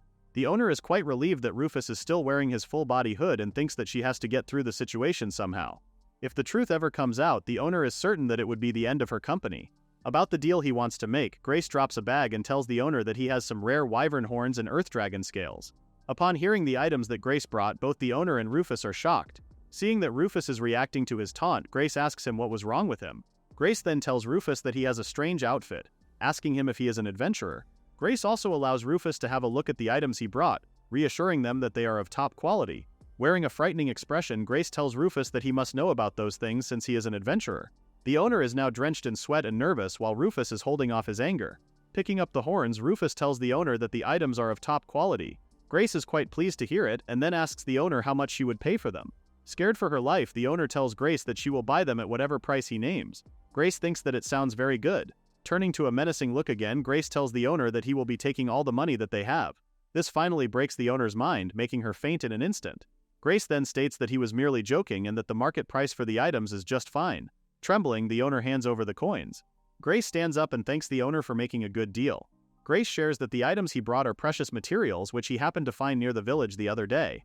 Grace is very much grateful for the efforts of his people as there were no casualties and he even made a good profit because of it. Before leaving, Grace thanks the owner again. Still in shock, the owner now blames Prince Kyle for what happened as that was not what was agreed on. From their brief interaction, the owner concludes that Grace is not some incompetent prince but rather Grace is someone she should have never messed with in the first place. On their way back, Vigna asks Grace if he is really okay with it, pointing out that he could have taken all their money. Grace tells Vigna that the Azure Trading Company is still a large trading company, and if they were to go bankrupt, many people would end up on the streets. If Grace took all of their money, he believes that he would be no different from his idiot brother. Grace's goal for now is to send a warning. After scaring them like that, Grace is certain that they won't be attacked for a while. Vigna is impressed that Grace is able to think it through. Clenching his fist, Grace holds his anger as he knows that the one behind the Azure Trading Company is the second prince, Kyle, his older brother. It is only a matter of time before his brother gets directly involved. Grace then tells Vigna that they now have to prepare for various things. Donovan calls his companion Silva and asks if he knows what the gathering today is about. Silva has no clue and has only heard from their lord to gather with everyone else. Speaking of their lord, Grace, Donovan notices how Grace has been making something for the past few days which makes him wonder if there's going to be some kind of announcement. Grace enters the room, apologizing to everyone for making them wait. "Oh, here he comes," says Donovan. When Grace shows everyone a blueprint and instructions, Donovan is confused and asks what the drawing is about. Grace informs everyone that it will be the blueprint for what they are going to build moving forward. Hearing that, both Donovan and Silva stare at each other, wondering what it is about. Silva asks Grace if they too will be building it as well. Grace tells Silva that he is right. Grace tells his people that, if it were possible for him to do it alone, then he would do it willingly. However, the project is now on a whole different level of difficulty compared to before. Grace states that the task now requires extensive procedures and manpower, and admits that he cannot manage it by himself. Grace has come up with a solution, and wishes to borrow everyone's strength. Everyone becomes curious as to what they will be building, and what the blueprint is about. Agni approaches Grace asking if he could have a word with him. Agni clarifies that he would willingly help out with whatever request Grace asks. However, he is still clueless about the blueprint, and wants to know what it is exactly. When Agni asks if they could be informed what they will be making, Grace agrees to share it with everyone. In the recent attack, Grace and their territory managed to deal with the problem this time around, but they currently have no guarantee that it will not happen again, and that they might not be more equipped to handle it next time. Grace states that he will no longer allow his land to be easily destroyed while those who can fight are absent. To make things simpler, Grace is trying to make something necessary to protect Asgard, and that is the purpose of the blueprint. After listening to Grace, Agni stretches his arms and asks Grace what their orders are, and they will follow them. Seeing everyone look united, Grace feels pleased and thanks them for helping him out. The next day, Vinya asks if everyone has gathered already. Vinya reminds them that they are members Grace has selected, and gives the order to follow her as she will lead the way while also serving as a guard. Grace calls for Vinya, asking her to wait as he has forgotten something important. As for the compensation for their job, Grace plans on showing his gratitude for everyone's help by giving them bonuses once the project is complete. Donovan, Silva, and everyone else look thrilled upon hearing that Grace will be giving them 3 gold coins per person, which is estimated as the average monthly income of an adventurer. Hearing that, the coal miners become even more motivated and even call Grace the best lord. Seeing everyone happy and thrilled, Grace is very pleased to hear praises coming from them. Grace then turns to Vinya and apologizes to her for taking more time as they were leaving. Vinya does not mind but points out to Grace that with so many people working on the task he would have to pay quite a sum. Grace reassures her that it will not be a problem and tells her to just leave it up to him. Grace believes that morale is the most important thing right now, and asks Vinya if she could take care of things at the mine. Bowman suddenly enters the room, calling for Grace's attention. Grace is glad that Bowman enters, as he coincidentally has something to discuss with him. However, Bowman makes it clear that he wishes to discuss something else with Grace and tells him that that can wait. Unfolding the blueprint, Bowman is about to ask Grace if he is truly planning to make such dangerous weapons. Grace confirms it to Bowman, telling him that they will be making guns. This shocks Bowman, and he sees that Grace has finally decided. Grace responds that he has and states that they now need to arm themselves. Grace mentions that they have opposed the Azure Trading Company and repelled them. A confrontation with his brother is now something unavoidable. Grace tells Bowman that they are now up against the strongest mage in the Vermillion Kingdom. To fight against his brother, Grace plans on facing him with the strongest weapon an ordinary person can wield. Bowman asks Grace if the blueprint is for making the gun he is holding. Grace explains that the gun he is wielding can fire rapidly, is easy to load, and is also quite powerful. However, the blueprint is not the recipe for his gun. Shocked, Bowman asks Grace what he means and what the recipe is for. Grace does not want to tell Bowman a very long story and just tells him about his talent. The World Library is like a knowledge repository that keeps expanding as Grace encounters unknown things. When Grace touches Galatea, a door to the knowledge of other worlds opens, and when he touches Susie's gun, a door to the concept of guns opens as well. By encountering more unknowns, Grace can acquire new knowledge, like opening doors and progressing deeper. Thanks to all the information Grace has accumulated so far, a door to a certain knowledge has been opened. From there, Grace first understands that the gun Susie left behind is unlocking countless doors. It is the ultimate gun that one can only reach after opening many doors. Going back to the topic, Grace explains that the recipe is just the basic manufacturing method for guns, far from the final form. Grace also points out that the gun's rapid-fire capability and ease of handling are far inferior compared to Susie's gun. Confused, Bowman asks Grace what the point is. Grace then makes a request of Bowman, and that is to improve and develop a method to produce a superior gun. Bowman asks Grace if that is what he wanted to talk about. When Grace asks if what he is asking is impossible, Bowman responds by asking if he is sure about making the ultimate gun. Bowman makes it clear to Grace that if he is given permission to make the gun, then all the closed doors in his library might open up on their own. As expected of you, Bowman, says Grace as he suggests that they start with the creation right away, and even offers to help out as much as he can. And so the development of the gun begins. The first step in Grace's task is procuring the necessary materials. Grace was able to secure the necessary resources, such as tools, after conducting business with a man that he met at Edward's party. Under Donovan's leadership, a full-scale development of the mine began. Inside the mine, Donovan and the rest of the coal miners obtained various resources such as mithril, magic stones, iron, and sulfur. Meanwhile, Vinya and the extermination team defeated the giant bats with ease and even managed to obtain some salpeter. At the mansion, Noel was busy with the house chores. When Neil sees his sister struggling, he offers help, for which Noel was very grateful. Curious, Neil asks Noel why she is stacking wood. Noel heard that Grace needed charcoal, which made her think that it would be a waste to just burn it, and she decided to also have a campfire. Galatea overheard the siblings' conversation and thought that it sounded great, after which she then offered to help out. Both siblings were in shock after witnessing Galatea pull out a whole tree from the ground with ease. Neil then stated that the scale is totally different, which he expected nothing less of from his teacher. Later that night, Grace was at first speechless after seeing huge logs being burned, after which he then stated that they really do not need that much charcoal. Pleased with her plan, Noel leans on Grace and tells him that it's a nice atmosphere. However, Grace thinks differently and tells Noel that they have practically made a forest fire now.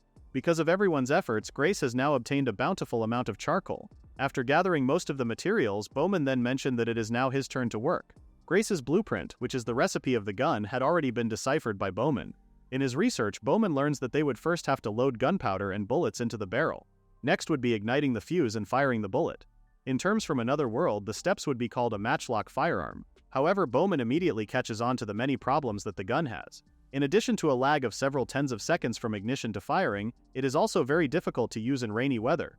But he didn't lose hope, as he found a hint, which was the bullet left by Susie. Susie's gun had some kind of magical lock and couldn't be disassembled, but a considerable amount of ammunition was left with the gun. Bowman felt quite fortunate that the bullets could be easily disassembled. Based on Grace's blueprint, Bowman learns that the bullet is a round metal lump, a pointed cylinder that is also filled with gunpowder. While trying to figure out the bullet, it also made Bowman wonder if there is a flint inside. After disassembling multiple bullets, Bowman then understood the mechanics of the bullet. Grace visits Bowman, asking him about the project's current status. Bowman responds, telling Grace that his plan might actually work out. 2 months passed by and Bowman was able to complete the gun with his unique improvements. By covering the ignition source with metal and firing with the impact of the hammer, Bowman also embeds magic stones imbued with wind magic into part of the barrel. Bowman improved the gun's firing performance by carving spiral grooves. The bullet shape was also improved. Referencing Susie's bullets, unintentionally, Bowman had achieved the evolution from matchlock to rifle musket. For this process to be invented, it took several hundred years in another world, which is the hardest part. On Bowman's part, he managed to achieve such a feat within 2 months, and was now added to the library. Looking through the world library, Bowman thought that it felt like being treated as a great historical figure. Bowman humbly tells Grace that he was just lucky this time, since they already have a very pivotal component, which was Susie's bullet, and also the knowledge that Grace had. Bowman asks Grace to change it to it wasn't Bowman's effort alone while leaving. Expecting nothing less from his blacksmith, Grace thanks Bowman. Bowman laughs and mentions that as a craftsman it was the best bonus he could ask for. The next day, Grace had everyone gathered and showed them the gun that all of them worked together to create over the past few months. "Behold," says Grace. Neil was huffing with excitement, asking Grace multiple times what it was. From what Neil discerned, the weapon is very much similar to his master's sword, which he finds very cool. Agni approaches Grace, asking him what the weapon is used for. That question made Grace realize that he has not explained it in detail, and he also thought about how difficult it is to explain. Grace guessed that seeing it in action would be the quickest way to understand the weapon. After loading the bullet and powder, Grace then places his finger onto the trigger, and then pulls it. The noise coming from the gun was so loud that it shocked Noel and Neil, who were both nearby. After putting a hole into a tree, Grace then informs his men that the weapon is a tool that allows anyone to kill easily. Agni and the coal miners were in shock, unable to comprehend what they had just witnessed. Agni looked very worried and asked Grace if he had truly ordered them to create a weapon that can kill. When Agni asks Grace what he is going to do with the weapon, he is shocked when Grace suddenly tries to hand the weapon over to him. Seeing Agni's reaction, Grace told him not to freak out. Grace then pointed out that even knives and blunt objects can be considered deadly depending on how they're used, and that what matters most is how one uses the object. Putting down the gun, Grace then offers to teach everyone what the guns will bring about. After Grace showed a map, Agni became confused and asked what it was. Grace explains that it is a map that summarizes the areas around Asgard. Grace informs Agni that the population of Asgard has been growing and asks if he doesn't feel a bit cramped. Realizing that Grace had a point, Agni mentions the rapid increase of temporary shelters in the village ruins. With everyone mostly staying in that location, Agni believes that it might be difficult to accept any more people. Agni then asks Grace if they are expanding the residential area, to which Grace tells Agni that he is correct and that it will be to the northwest. Hearing such news, Agni becomes more thrilled to have more comrades. When Agni asked what the northwest is like, Grace couldn't answer right away. Gathering his thoughts, Grace then informs Agni that the northwest is the area where monsters spawn most easily, even in monster-ridden Asgard. What frightened Agni and the others more is learning that the northwest is called the Forest of Death. Agni's bright smile instantly vanished, forcing him to change his mind about having more comrades and not wanting them anymore. Grace tells Agni to wait and explains his plan of destroying the source of the monsters, which he is certain would greatly improve their lives dramatically. Grace also stated that for the time being, the Northwest is not an impossible goal but rather something to test their current strength. Grace wants to use the Northwest residential expansion as a debut for their combat prowess. Hearing Grace's plan, he was asked if he was truly serious. After their meeting, some of the miners approach Agni about it and he intends to follow along for now. The miners understand but wonder if what Grace said is true, that even they are now capable of defeating monsters. Hearing his colleague Silva turns to Donovan and calls his name. The two then gather a bunch of the miners and call Grace's attention. Unable to look Grace straight in the eye, Donovan apologizes and asks Grace if he could leave them out of the operation. Hearing that, Grace remains silent, understanding that some are still afraid. Donovan clarifies that they do not intend to make only the others fight either and have no problem if Grace wants them to leave. If they were to be forced out of Asgard, Donovan believes that it would give more space in the residential area. Silva also apologizes to Grace and bravely admits that he is too scared of monsters. Silva remembers how they became refugees after being driven from their village by monsters. When their village was weakened by war, the monsters seized the opportunity and swarmed in, eventually ravaging the whole place. Before Silva could continue, Grace interrupted him, as he understood Silva's feelings and instead asked him to take the shovel and to get ready. Confused, Silva asks what the shovel is for. Silva turns to Grace, asking him if he was even listening to what he said. Grace responds that he did, and tells Silva that it is precisely why he, Donovan, and everyone else should come all the more. Out in the field, Silva, Agni, and the others are digging the ground. Silva tells Agni that what they are doing is truly insane, and asks if they are really going to fight such monsters. Silva turns to Agni, asking him the purpose of them digging holes.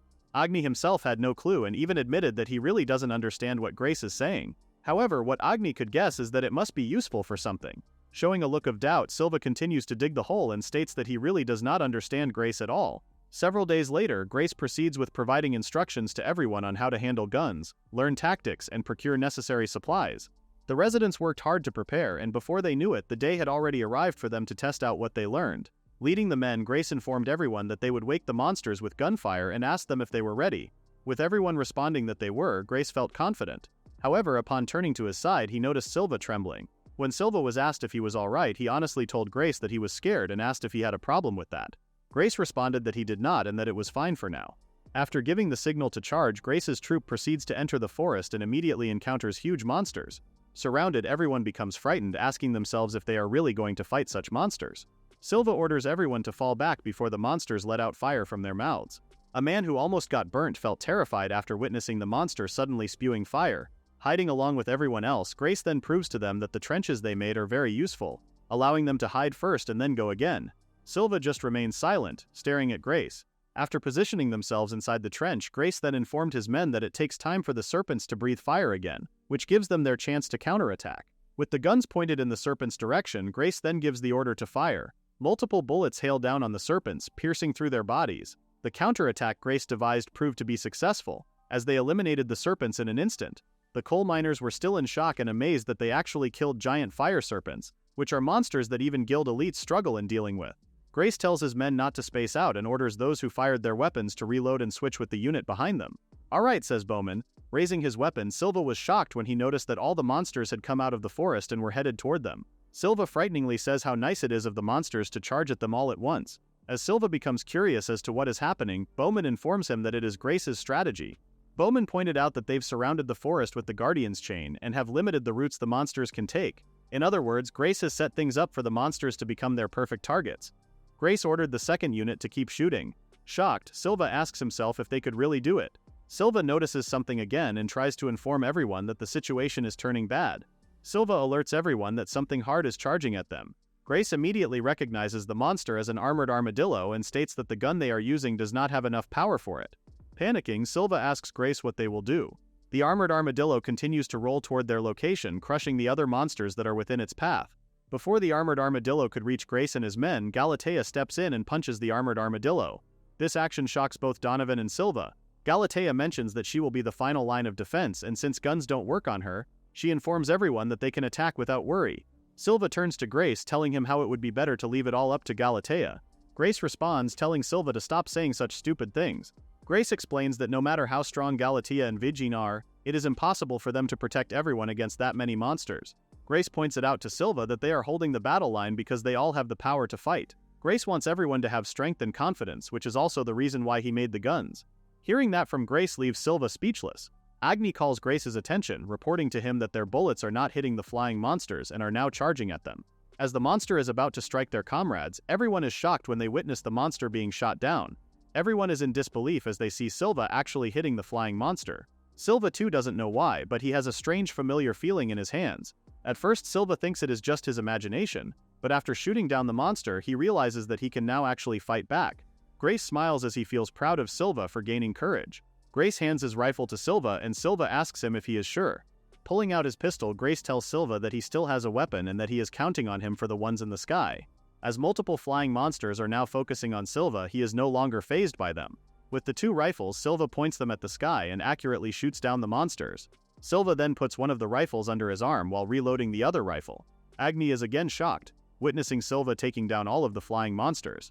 Galatea also cannot hide her surprised expression as she is about to say something to Grace. However, Grace already knows what Galatea is about to say. Grace states that just like how he gained the world library by continuing to read books, it is a rare miracle that occurs when someone with an aptitude keeps using an object they have an affinity for. Grace believes that after using the weapon multiple times, Silva has awakened his own talent. Unbeknownst to Silva, he has gained the talent Shooting King. Silva's talent dramatically improves his shooting abilities, guaranteeing hits and enabling rapid reloading. Hiding in the trenches, Agni tries to take a peek while asking if Silva has actually taken out all of the flying monsters. Donovan was surprised after hearing that Silva had awakened his talent. Silva approaches Grace wanting to confirm if the reason he wanted them to go to the Forest of Death is related to what he gained. Grace responds and tells Silva that it was part of the plan, but it is not the only reason. Showing a map, Grace asks them if they didn't notice it.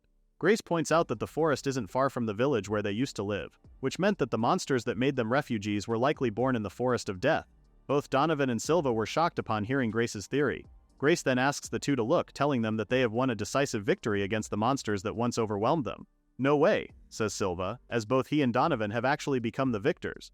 The two then both sit down, telling Grace that he could have told them from the beginning. After that, most of the monsters in the Forest of Death were exterminated, and the area of movement within Asgard has expanded significantly. While exploring the now safe areas, Grace discovers Susie's abandoned mountain cabin. Grace, however, is unable to read the characters on the board. As they search through the cabin, Grace sees a crate and pries it open. Grace is shocked when he sees an item that is tagged as Sight, an attachment that allows for aiming at greater distances when handling a gun. Upon touching the item, Grace gains new knowledge and power. With the completion of the guns, Asgard takes a big step forward. However, in any era, powerful weapons do not always bring only benefits, which Grace has already accounted for. Seeing his men, Grace calls for Donovan. Pleased to see his lord, Donovan asks Grace if he has now returned from his exploration. Donovan explains that they are currently in the middle of gun training and asks if he needs something. Grace responds by asking where Silva is. From Grace's knowledge, he thought that Silva would be diligently training. Donovan then shares with Grace how Silva's motivation is incredible and how Silva went to wipe out all the monsters in Asgard. Shocked, Grace asks Donovan if he is joking and whether Silva really went alone into the forest. However, Donovan tells the truth and asks Grace if there is a problem. Donovan isn't that worried about Silva since he has awakened a combat-oriented talent and even did an amazing job in the last battle. Grace agrees with Donovan but points out to him that it was a victory that they achieved all together. Even if Silva has a talent, Grace states that as long as it takes 10 seconds to reload, the true value of a rifle is only realized when there are many people. More importantly, Grace wonders what Silva is planning to do if he is unable to take down the prey with the first shot.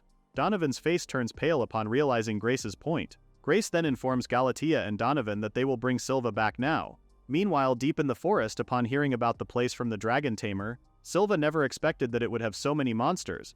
Trapped, a man speaks and states how he cannot come to play very often. Scared out of his wits, Silva wonders who the men are and if they are using magic. Silva starts asking himself why he was so easily defeated despite gaining a talent, and even wielding a gun that supports his talent. Silva wonders as to who the person he is now up against is. Kyle was quite impressed by Silva's persistence. Kyle only wished to have a chat with Silva and wondered if it was that normal to try so hard, at which point he then points to the rifle and calls it a metal stick. Torturing Silva more, Kyle asks for more information from him. Unable to bear the pain, Silva ends up revealing the name of the weapon and explaining it to the magician, detailing how it works. Staring at the gun, Kyle casts a fireball. After thanking Silva for the information and calling him a dish rag, Kyle then continues with his magic chant. Sensing a presence from behind, Kyle turns and switches his fireball to Flame's Mad Blade to deflect Vigna's attack. Kyle compliments his attacker for producing a powerful attack. When Kyle finally gets a clear view of his enemy, he immediately recognizes Vigna and asks if it was really her. Vigna greets the prince, telling him how it has been a while since they last met. With open arms, Prince Kyle tells Vigna how he was so worried after she suddenly disappeared from the royal capital. Before Vigna could give an explanation, Prince Kyle interrupts her as he already knew the reason. With a menacing smile, Kyle mentions how Vigna has strayed from her path. The prince was willing to forgive Vigna for her mistakes since she is an excellent royal guard, and above all, he deemed her cute. With Kyle close to Vigna, he finally notices her weapon and asks what it was. Without hesitation, Vigna uses her Icefire Lance on the prince.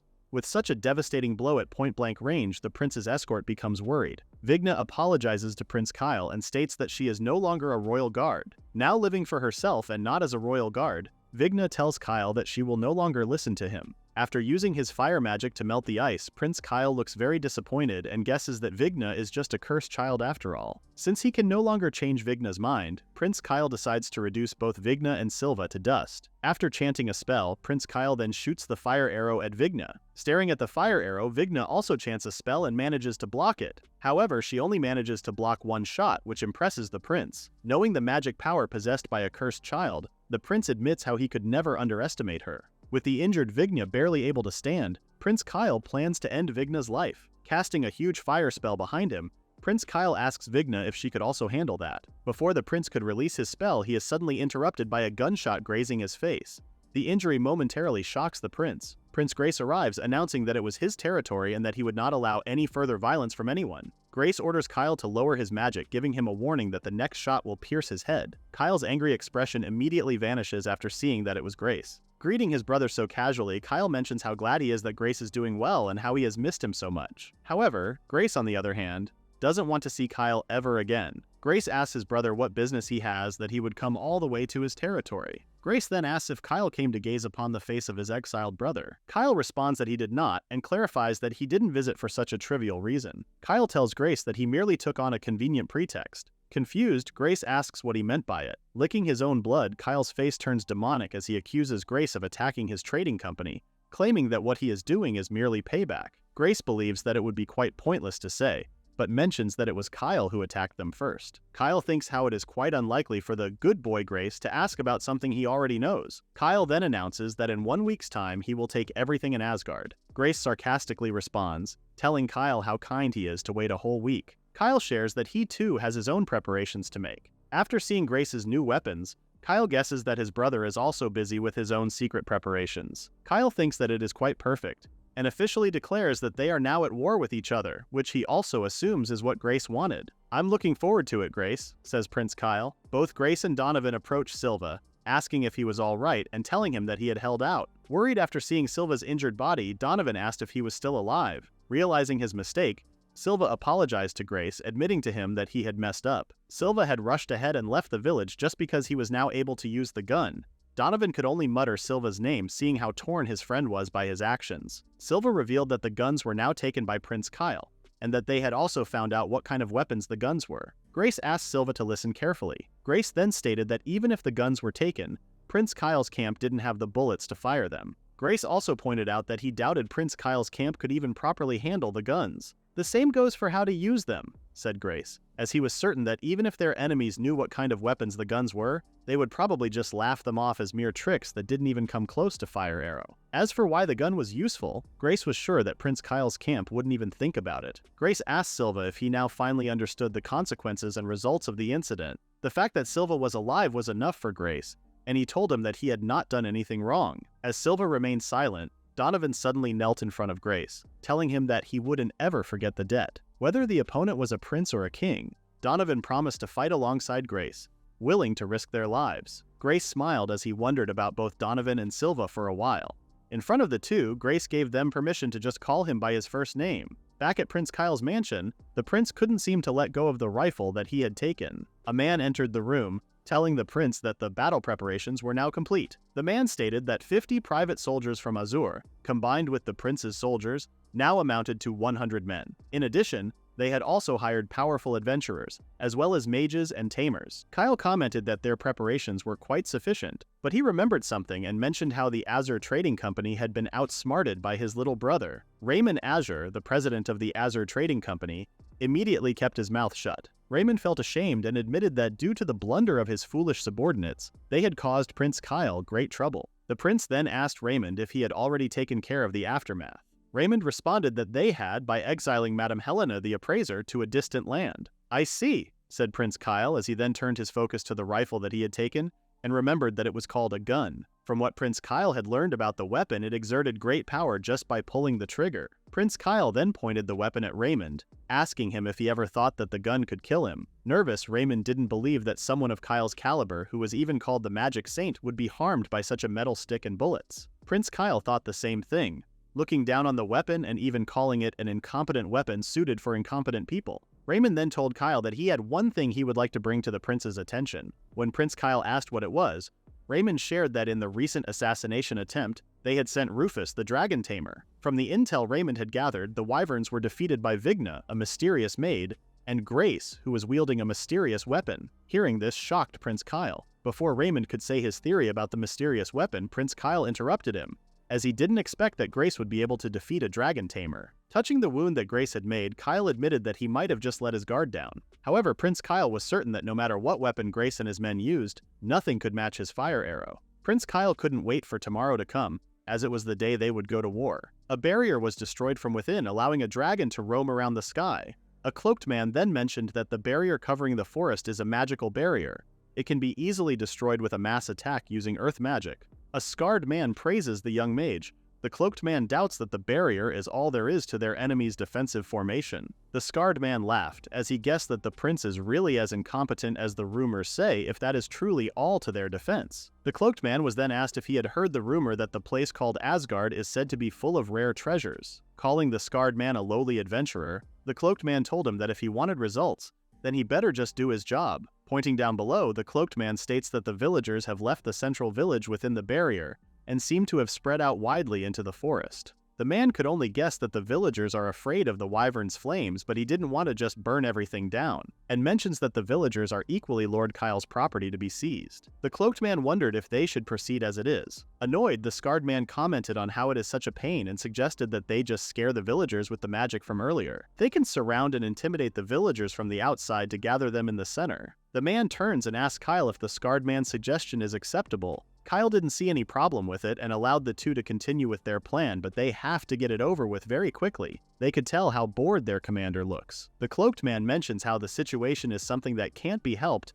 and understands what their lord is feeling since they are just going to destroy one village and yet they are using an entire army. The cloaked man mentions how there's no excitement in initiating a battle where victory is assured. "You got that right," says the scarred man. As the two were about to proceed with their plan, the scarred man notices something glowing down below from the village. Before they could react, they were instantly blinded by a bright light. Shocked, the scarred man wondered if it was enemy magic. What puzzles him more is that the magic didn't even reach them at all. The cloaked man believes that the magic blast was released intentionally not to reach them, making him wonder if it's some kind of signal. Before they could react, the wyverns that they brought suddenly got shot down. Their rider could not believe it and thought that them getting shot down was a horrible joke. Looking down below, Prince Kyle and his subordinates see a couple of men pointing their rifles at them. After the order to shoot was given, the wyverns instantly sustained heavy damage, with bullets going through their bodies and wings. Prince Kyle's army was in total disbelief, asking themselves if they were really under attack. An order was immediately spread out, and it was to protect their lord, Prince Kyle. As multiple bullets were shot up into the sky one by one, the wyverns also fell down. Looking around, the man asks if Prince Kyle is safe. Confused, the scarred man wondered if the attackers, the commoners down below, were actually capable of launching an attack from their location, since there were no longer any bullets being shot. The scarred man tells the cloaked man to use their magic. However, the cloaked man didn't want to use his magic, as he might possibly hit the fallen mages below. He knew that they can't afford to lose the precious blood of mages. Pissed off, the scarred man is certain that their enemies must have calculated that far on purpose. Left with no other option, the scarred man suggests that they switch to close combat, a suggestion that surprised the mage. The scarred man then made the cloaked man understand that if they take another hit like before, then it would be over for them. For them to stand a chance, they have to strike before they are struck. The wyverns dove in as the man wanted them to close the distance in one go and burn their enemies to death with the wyvern's breath. But to the scarred man's surprise, all of them were thrown off the backs of their wyverns, as the wyverns got entangled by thick vines. Landing from a heavy fall, the scarred man opened his eyes, confused about what had happened. From his point of view, it looked like a scene from hell, where the wyverns were like moths. Calling the mage's attention, the scarred man asks if their victory was really certain. A gun was then pointed at his head, and he was ordered not to move. Donovan explained that what entangled the wyverns was barbed wire made of mithril alloy imbued with ice magic. Once a wyvern gets caught, it can hardly move. Donovan advises them to surrender quietly, as their attempt to destroy Asgard has failed. As the scarred man sneakily drew his sword, he told Donovan to just kill them already. Calling Donovan a fool, the man drew his sword and swung it at Donovan's neck. Before the man could do further harm, he suddenly let go of his sword. To the scarred man's surprise, his hand now had a wound. Fortunately for Donovan, Silva was around and saved his life. Approaching the two, Silva reminds Donovan to never let his guard down, to which Donovan apologizes for his mistake. Leaving the scene, Silva mentions that the wyvern unit is almost completely wiped out, and that so far, everything is going according to their plan. All that is left is the sole wyvern that is still flying up in the sky. Grace asks Galatea for the current status of the battle. With her eyes that could see from a far distance, Galatea informs Grace that things are going according to his plan. Many wyverns have been immobilized by the Guardian's chain, and they've captured over half of Prince Kyle's soldiers on their side. At the moment, Prince Kyle is alone in a standoff with the residents. Galatea also reports that they too have taken some hits. It is already within Vigna's expectations that the barrier would have some weakness in strength just based on how huge of a scale it is. She added how it would be more troublesome if the escaped Kyle soldiers got inside. Grace asks Vigna if all went well overall. Grace guessed that Prince Kyle's forces planned to forcibly break through the barrier with wyverns and then rampage from there. But Grace easily read Prince Kyle's plan and assumed that Prince Kyle came up with the strategy himself. Looking at Grace's expression, Vigna asks if he is alright. Confused, Grace asks Vigna what she meant by that. Nervous, Vigna pointed out how Grace has such an intense expression on his face. Grace turns as he grows curious about what emotion he is currently feeling, seeing how his hands are trembling. Grace wondered if he is feeling pleasure from everything going according to plan, or if it is the joy of his carefully crafted inventions being effective. Grace thought of another possibility, which led to him thinking about his family and how they thought that he is useless. Grace suddenly asks Vigna to hit him. A little hesitant, Vigna asks Grace if he is certain, making it clear that she will not hold back. Grace responds, telling Vigna that she should be asking him why he is feeling weird from being caught up in the battle. Following Grace's orders, Vigna cracks her fist, intending to wake Grace up. Scared, Grace closes his eyes, preparing himself to get punched. However, instead of punching Grace, Vigna chooses to hug him. Vigna reassures Grace that there is nothing for him to worry about, promising to stop him if he ever goes berserk. Vigna promises to always be by Grace's side as she reminds him that she is his sword. Vigna then asks that he calm down and lets him understand that they now have to win the battle. Grace grabs Vigna's hands and expresses how he feels toward her, telling her that he really likes her. Grace is certain that for the rest of his life, he might never be able to manage everything without her. Surprised at first, Vigna held Grace's hand so tightly and told him that she felt the same way. Galatea then reminded the two that they are still in the middle of a battle. She then told the two that they can freely flirt with each other all they want just after the battle finishes. While Vigna hides her face in embarrassment, Grace reassures the two that he is now sort of awake. Grace then gives Vigna action orders, and that is to have all combatants scatter into the forest and have them head towards the broken barrier. Understood, says Vigna, as she then shoots a signal into the sky. Seeing that signal, the soldiers receive the movement order through green magic, ordering them to head towards the source of the magic. Galatea was able to confirm that the order was received and reports that everyone is now moving. Good, says Grace. Taking out his gun, Grace told his most trusted subordinates that it is now time for them to head to the front lines. Meanwhile, Silva and Donovan were now locked onto the remaining wyvern that Prince Kyle is on. Donovan shouts at Prince Kyle, telling him that the wyvern unit has been annihilated and that they received orders to shoot him down. But Donovan instead asks that Prince Kyle come down and surrender, otherwise they will shoot him down. Prince Kyle just gave the two a silent response. Since they had already given their warning, Silva plans to take the next step, and that is shooting Prince Kyle down. Silva states that he will never forgive royalty who continue to create wars just by existing. Donovan told Silva to wait, but it was already too late as Silva pulled the trigger. However, to their surprise, Silva's bullet didn't hit the target. Confused, Donovan is certain that Silva's talent would never let him miss and should have hit Prince Kyle. Prince Kyle looked at the two down below and was truly impressed with what he saw. Prince Kyle praises Grace for creating a weapon that can launch a powerful attack just by pulling a trigger. Prince Kyle never had imagined that such a weapon would be so effective. Another thing that Prince Kyle never accounted for is the powerless commoners, who could destroy half of his army. Prince Kyle felt wonderful as he announced that such power will become his. Silva immediately raises his gun, telling Donovan to fire as Prince Kyle was now headed towards them. After shooting multiple bullets, Silva was in shock as he realized that their attacks were not working against Prince Kyle. Calling upon the Spirit of Wind, Prince Kyle continues to chant his spell and releases havoc by using his magic vortex formation. Prince Kyle stepped off his wyvern and stated that they now move on to round 2. Sensing danger, Galatea felt scared. Seeing Galatea's reaction, Grace asked what was wrong. Galatea ordered everyone to hurry up as she had just detected a strong magical reaction. She then warns everyone of the possibility that Prince Kyle is using powerful magic. Vigna, who looked frightened, called for Grace and asked him to look. Looking up, Grace was both shocked and frightened, asking himself what he was seeing. From what they could tell, the large number of monsters above are the enemy's massive reinforcements. With her telescopic eyes, Galatea informs Grace that she sees some familiar faces. She then informs Grace that the army is being led by the dragon tamer who attacked them before. Facing a new problem, Grace wonders what he should do next, since they still need to deal with Prince Kyle at the front lines. At the rate they are going, everyone at the mansion would be attacked by the swarm of wyverns.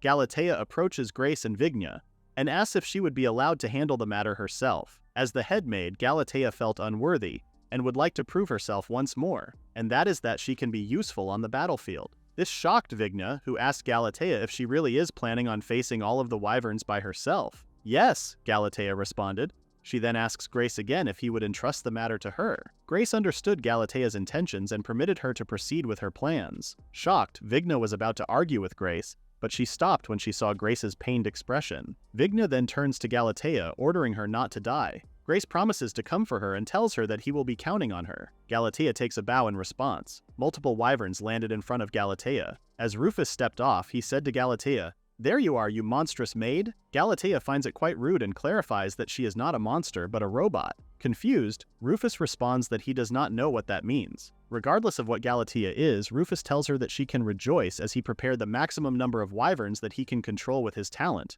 Dragon handler, just for someone inhuman like her. Is that so? Well then, says Galatea as she slides off her apron. Galatea then proceeds to touch the rods behind her neck and states that she has already received authorization. Shocked, Rufus could only utter, "What the?" asking Galatea what she is. Galatea tells Rufus that she is going to get serious now. Meanwhile, Prince Kyle was doing easy work on his end, grabbing Donovan by the neck. What surprised Prince Kyle is that even though he wasn't trying to kill Donovan, he is still conscious. Stepping on something, Prince Kyle picks it up and asks if the shield is what they call mithril alloy. Prince Kyle is quite impressed as Donovan barely managed to block with just that alone. Mentioning Grace's name, Prince Kyle thought that if he uses Donovan as a hostage, he may learn various things from Grace. Grace finally arrived and told Prince Kyle that it won't be necessary. He then asks Prince Kyle if he wanted to learn a lesson as well. Prince Kyle turns, greeting both Grace and Vigna.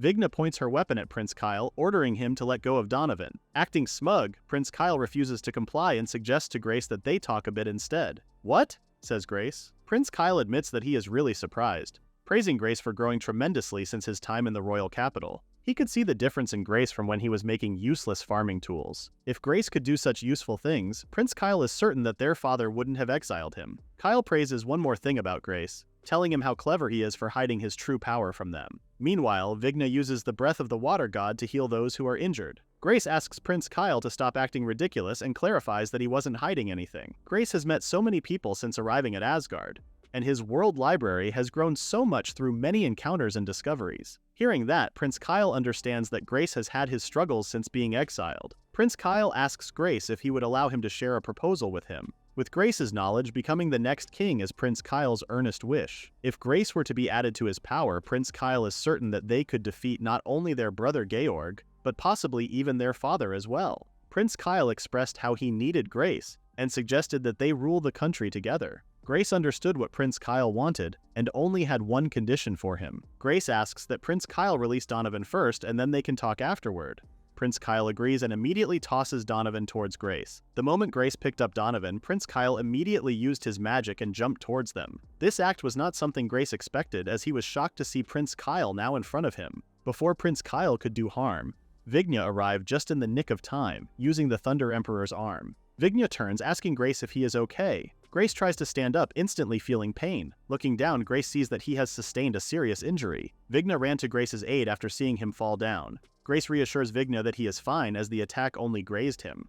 Grace then mentions that there is a more important matter to handle and tells Vigna that Prince Kyle was aiming for his inner pocket. From that attack, Grace's pistol got blown away somewhere.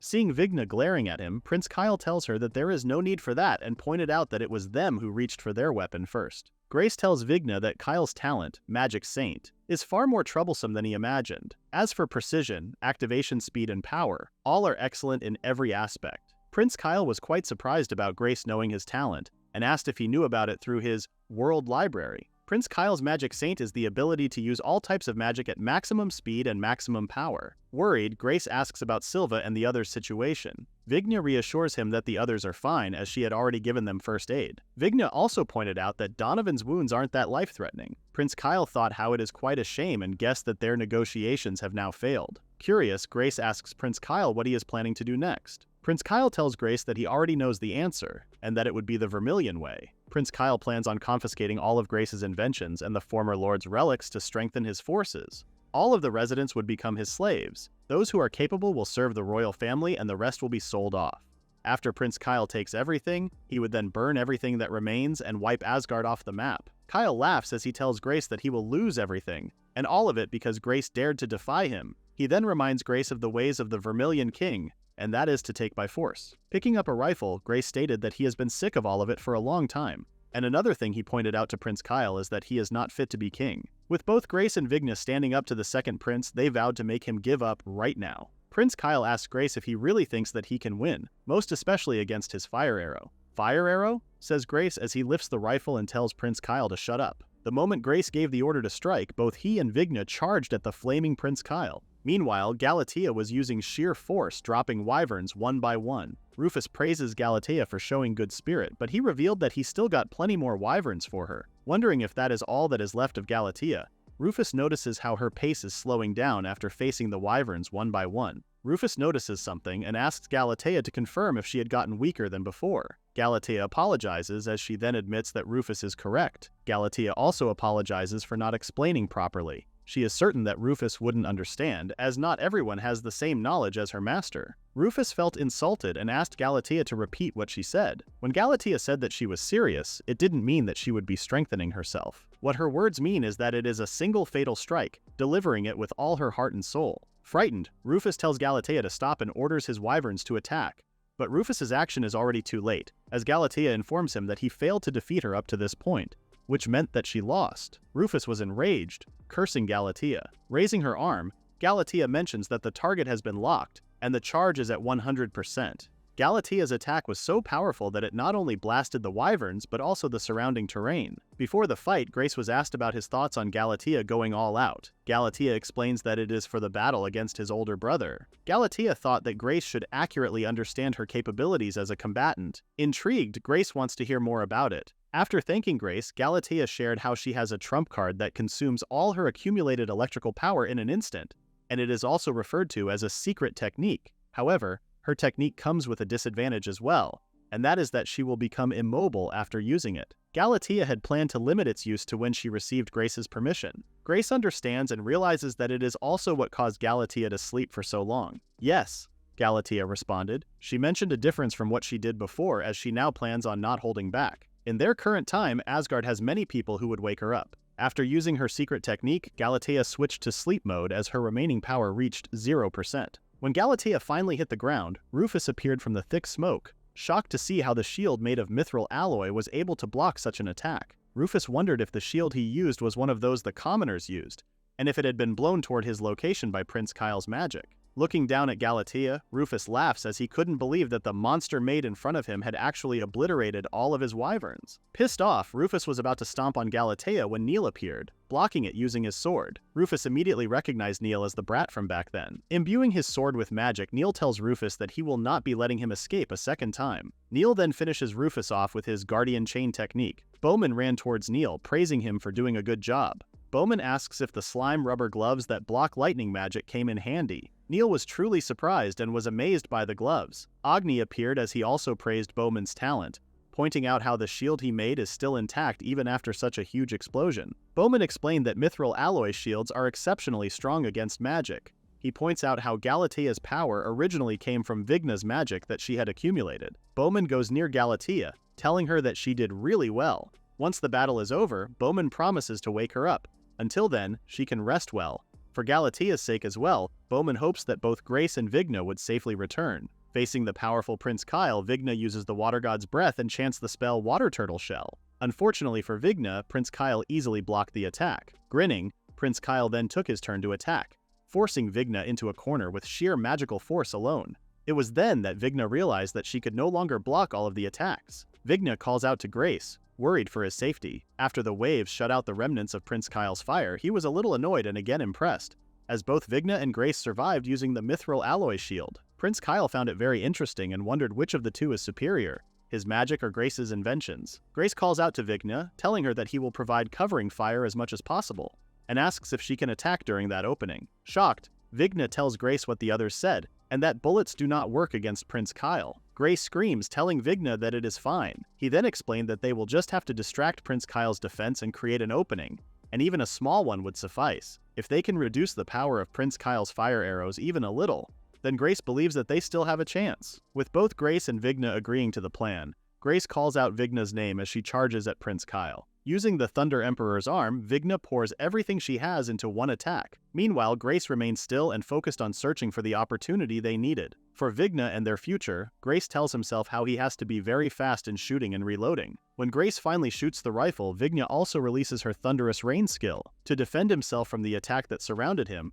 Prince Kyle chants to the fierce breath of the fire god and the Holy Spirit of Wind, asking that they become his arrows and burn his enemies to ashes and become a whirlwind to protect him from harm. The clashing spells proved to be so powerful that Grace, who was holding up the mithril alloy shield, got blown away. Barely standing up, Grace staggers as he tells himself that he can't fall just yet. What shocked Grace even more was seeing Prince Kyle still standing, which only pissed Grace off even more. Prince Kyle praised Grace's strategy, but unfortunately that did not work against him. Prince Kyle mentions how activating different types of magic simultaneously is the ultimate technique of his talent, Magic Saint. He then asks Grace if that information was not included in his books. Upon reaching Grace, Prince Kyle then kicks him in the head, knocking Grace down once again. Prince Kyle then switches his focus to Vigna and tells Grace how he wanted to talk about their future moving forward. Prince Kyle reassures Grace that he won't kill him. However, he does plan on having Grace spend the rest of his life in the Royal Capital Archives. From there, Grace would be alone, and Prince Kyle would not allow him to collaborate with anyone, as it may give him strange ideas. Grace would then continue to provide useful knowledge for as long as he lives. As for Vigna, Prince Kyle wonders what her true value is,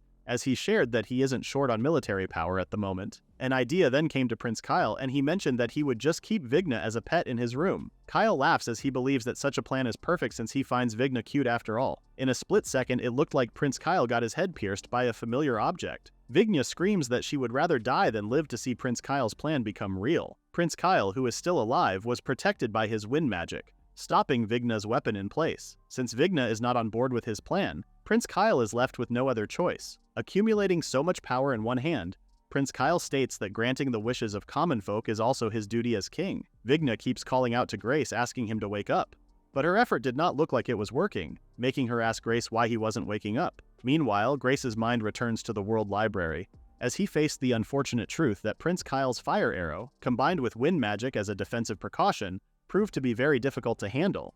And all of it is thanks to Prince Kyle's Magic Saint talent. The two magics combined can penetrate even Vigna's defense and render his bullets useless. Furious, Grace throws a fit inside the World Library while searching through the accumulated knowledge for something that he can use against his brother. Grace finds a familiar paper. Since childhood, he had loved studying. Grace often made things with the knowledge he gained. A mechanism made with stones that attract metal was one of them. Grace then wondered how something like that could be of any use. He then shakes his head, telling himself that it is no good, as that kind of knowledge wasn't enough. Out of nowhere, an object fell, drawing Grace's attention. Picking up the object, Grace accidentally opened a new door due to exposure to knowledge from another world. Grace was then informed that he has one item that is part of unread knowledge. As a door opened behind him, Grace then realized that he hadn't looked at the door that had opened with the sight. Entering the room and approaching the table, he found knowledge that he had never heard of before. Curious as to what it was, Grace was then informed that his otherworld comprehension level is still insufficient, and that detailed information cannot be accessed.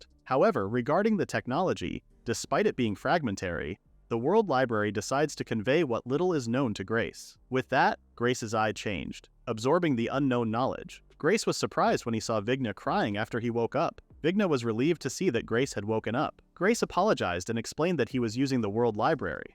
Shocked, Vigna could not believe that Grace would use the World Library at a time like that. Grace asks Vigna if she is good with lightning magic. Puzzled at first, Vigna responded that she is, as she often uses it to charge Galatea as well, and that it is what she is best at. Grace mentions how he has an idea. A new door to knowledge has opened, and it was all thanks to him touching the Susie's relic. Grace has now become aware of the existence of a certain weapon, and that he is going to try and recreate it right away. He explains that it is a one-shot gamble, and that it will not be easy, as there is a possibility that they might die if he messes up. After telling Vigna of the possible risk, Grace asks her if she is still willing to help, promising that he won't fail. Going behind Grace, Vigna tells him that with him by her side she'd do anything. Casting the breath of the fire god, Prince Kyle has once again released his powerful fire arrows towards Grace and Vigna. With the rifle he picked up, Grace had the barrel covered with magic stones. Vig's lightning magic would then flow through the magic stones. Inside the barrel, opposing forces would be generated by flowing reverse currents in parallel and simultaneously, and for that very result, the velocity of the fired projectile will reach 7 times the speed of sound.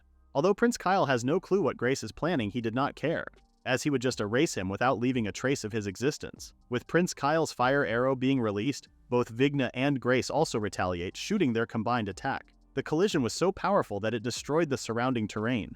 Once the blinding light was gone, all that was left was the damaged area, which was now covered in fire and smoke. Vigna stood up, calling out to Grace. Pointing Vigna's weapon at Prince Kyle, who was in pain, Grace tells him how impressed he is with his wind magic's absolute defense for allowing him to survive such an attack with only minimal injuries. Prince Kyle was in total disbelief, knowing that Grace had managed to wound him twice. Grace orders Prince Kyle not to move at first, but changes it right away. He told the second prince that he could move and could even run away. Grace highly suggests to Prince Kyle that he run away and become king or whatever he wants. However, in exchange for his life, Grace asks that Prince Kyle, who only knows how to take, must accept the fact that he has lost to Asgard. Grace asks that of Prince Kyle as he leaves. Unlike Prince Kyle, who is powerful, Grace and his residents are indeed the ones who get taken from, and are widely referred to as the weak. But it is also why they combined their powers and shared each other's wisdom and strength. Grace wants Prince Kyle to accept the undeniable fact that he, who is considered the strongest, has lost to the weak. Prince Kyle turns, cursing his mistake.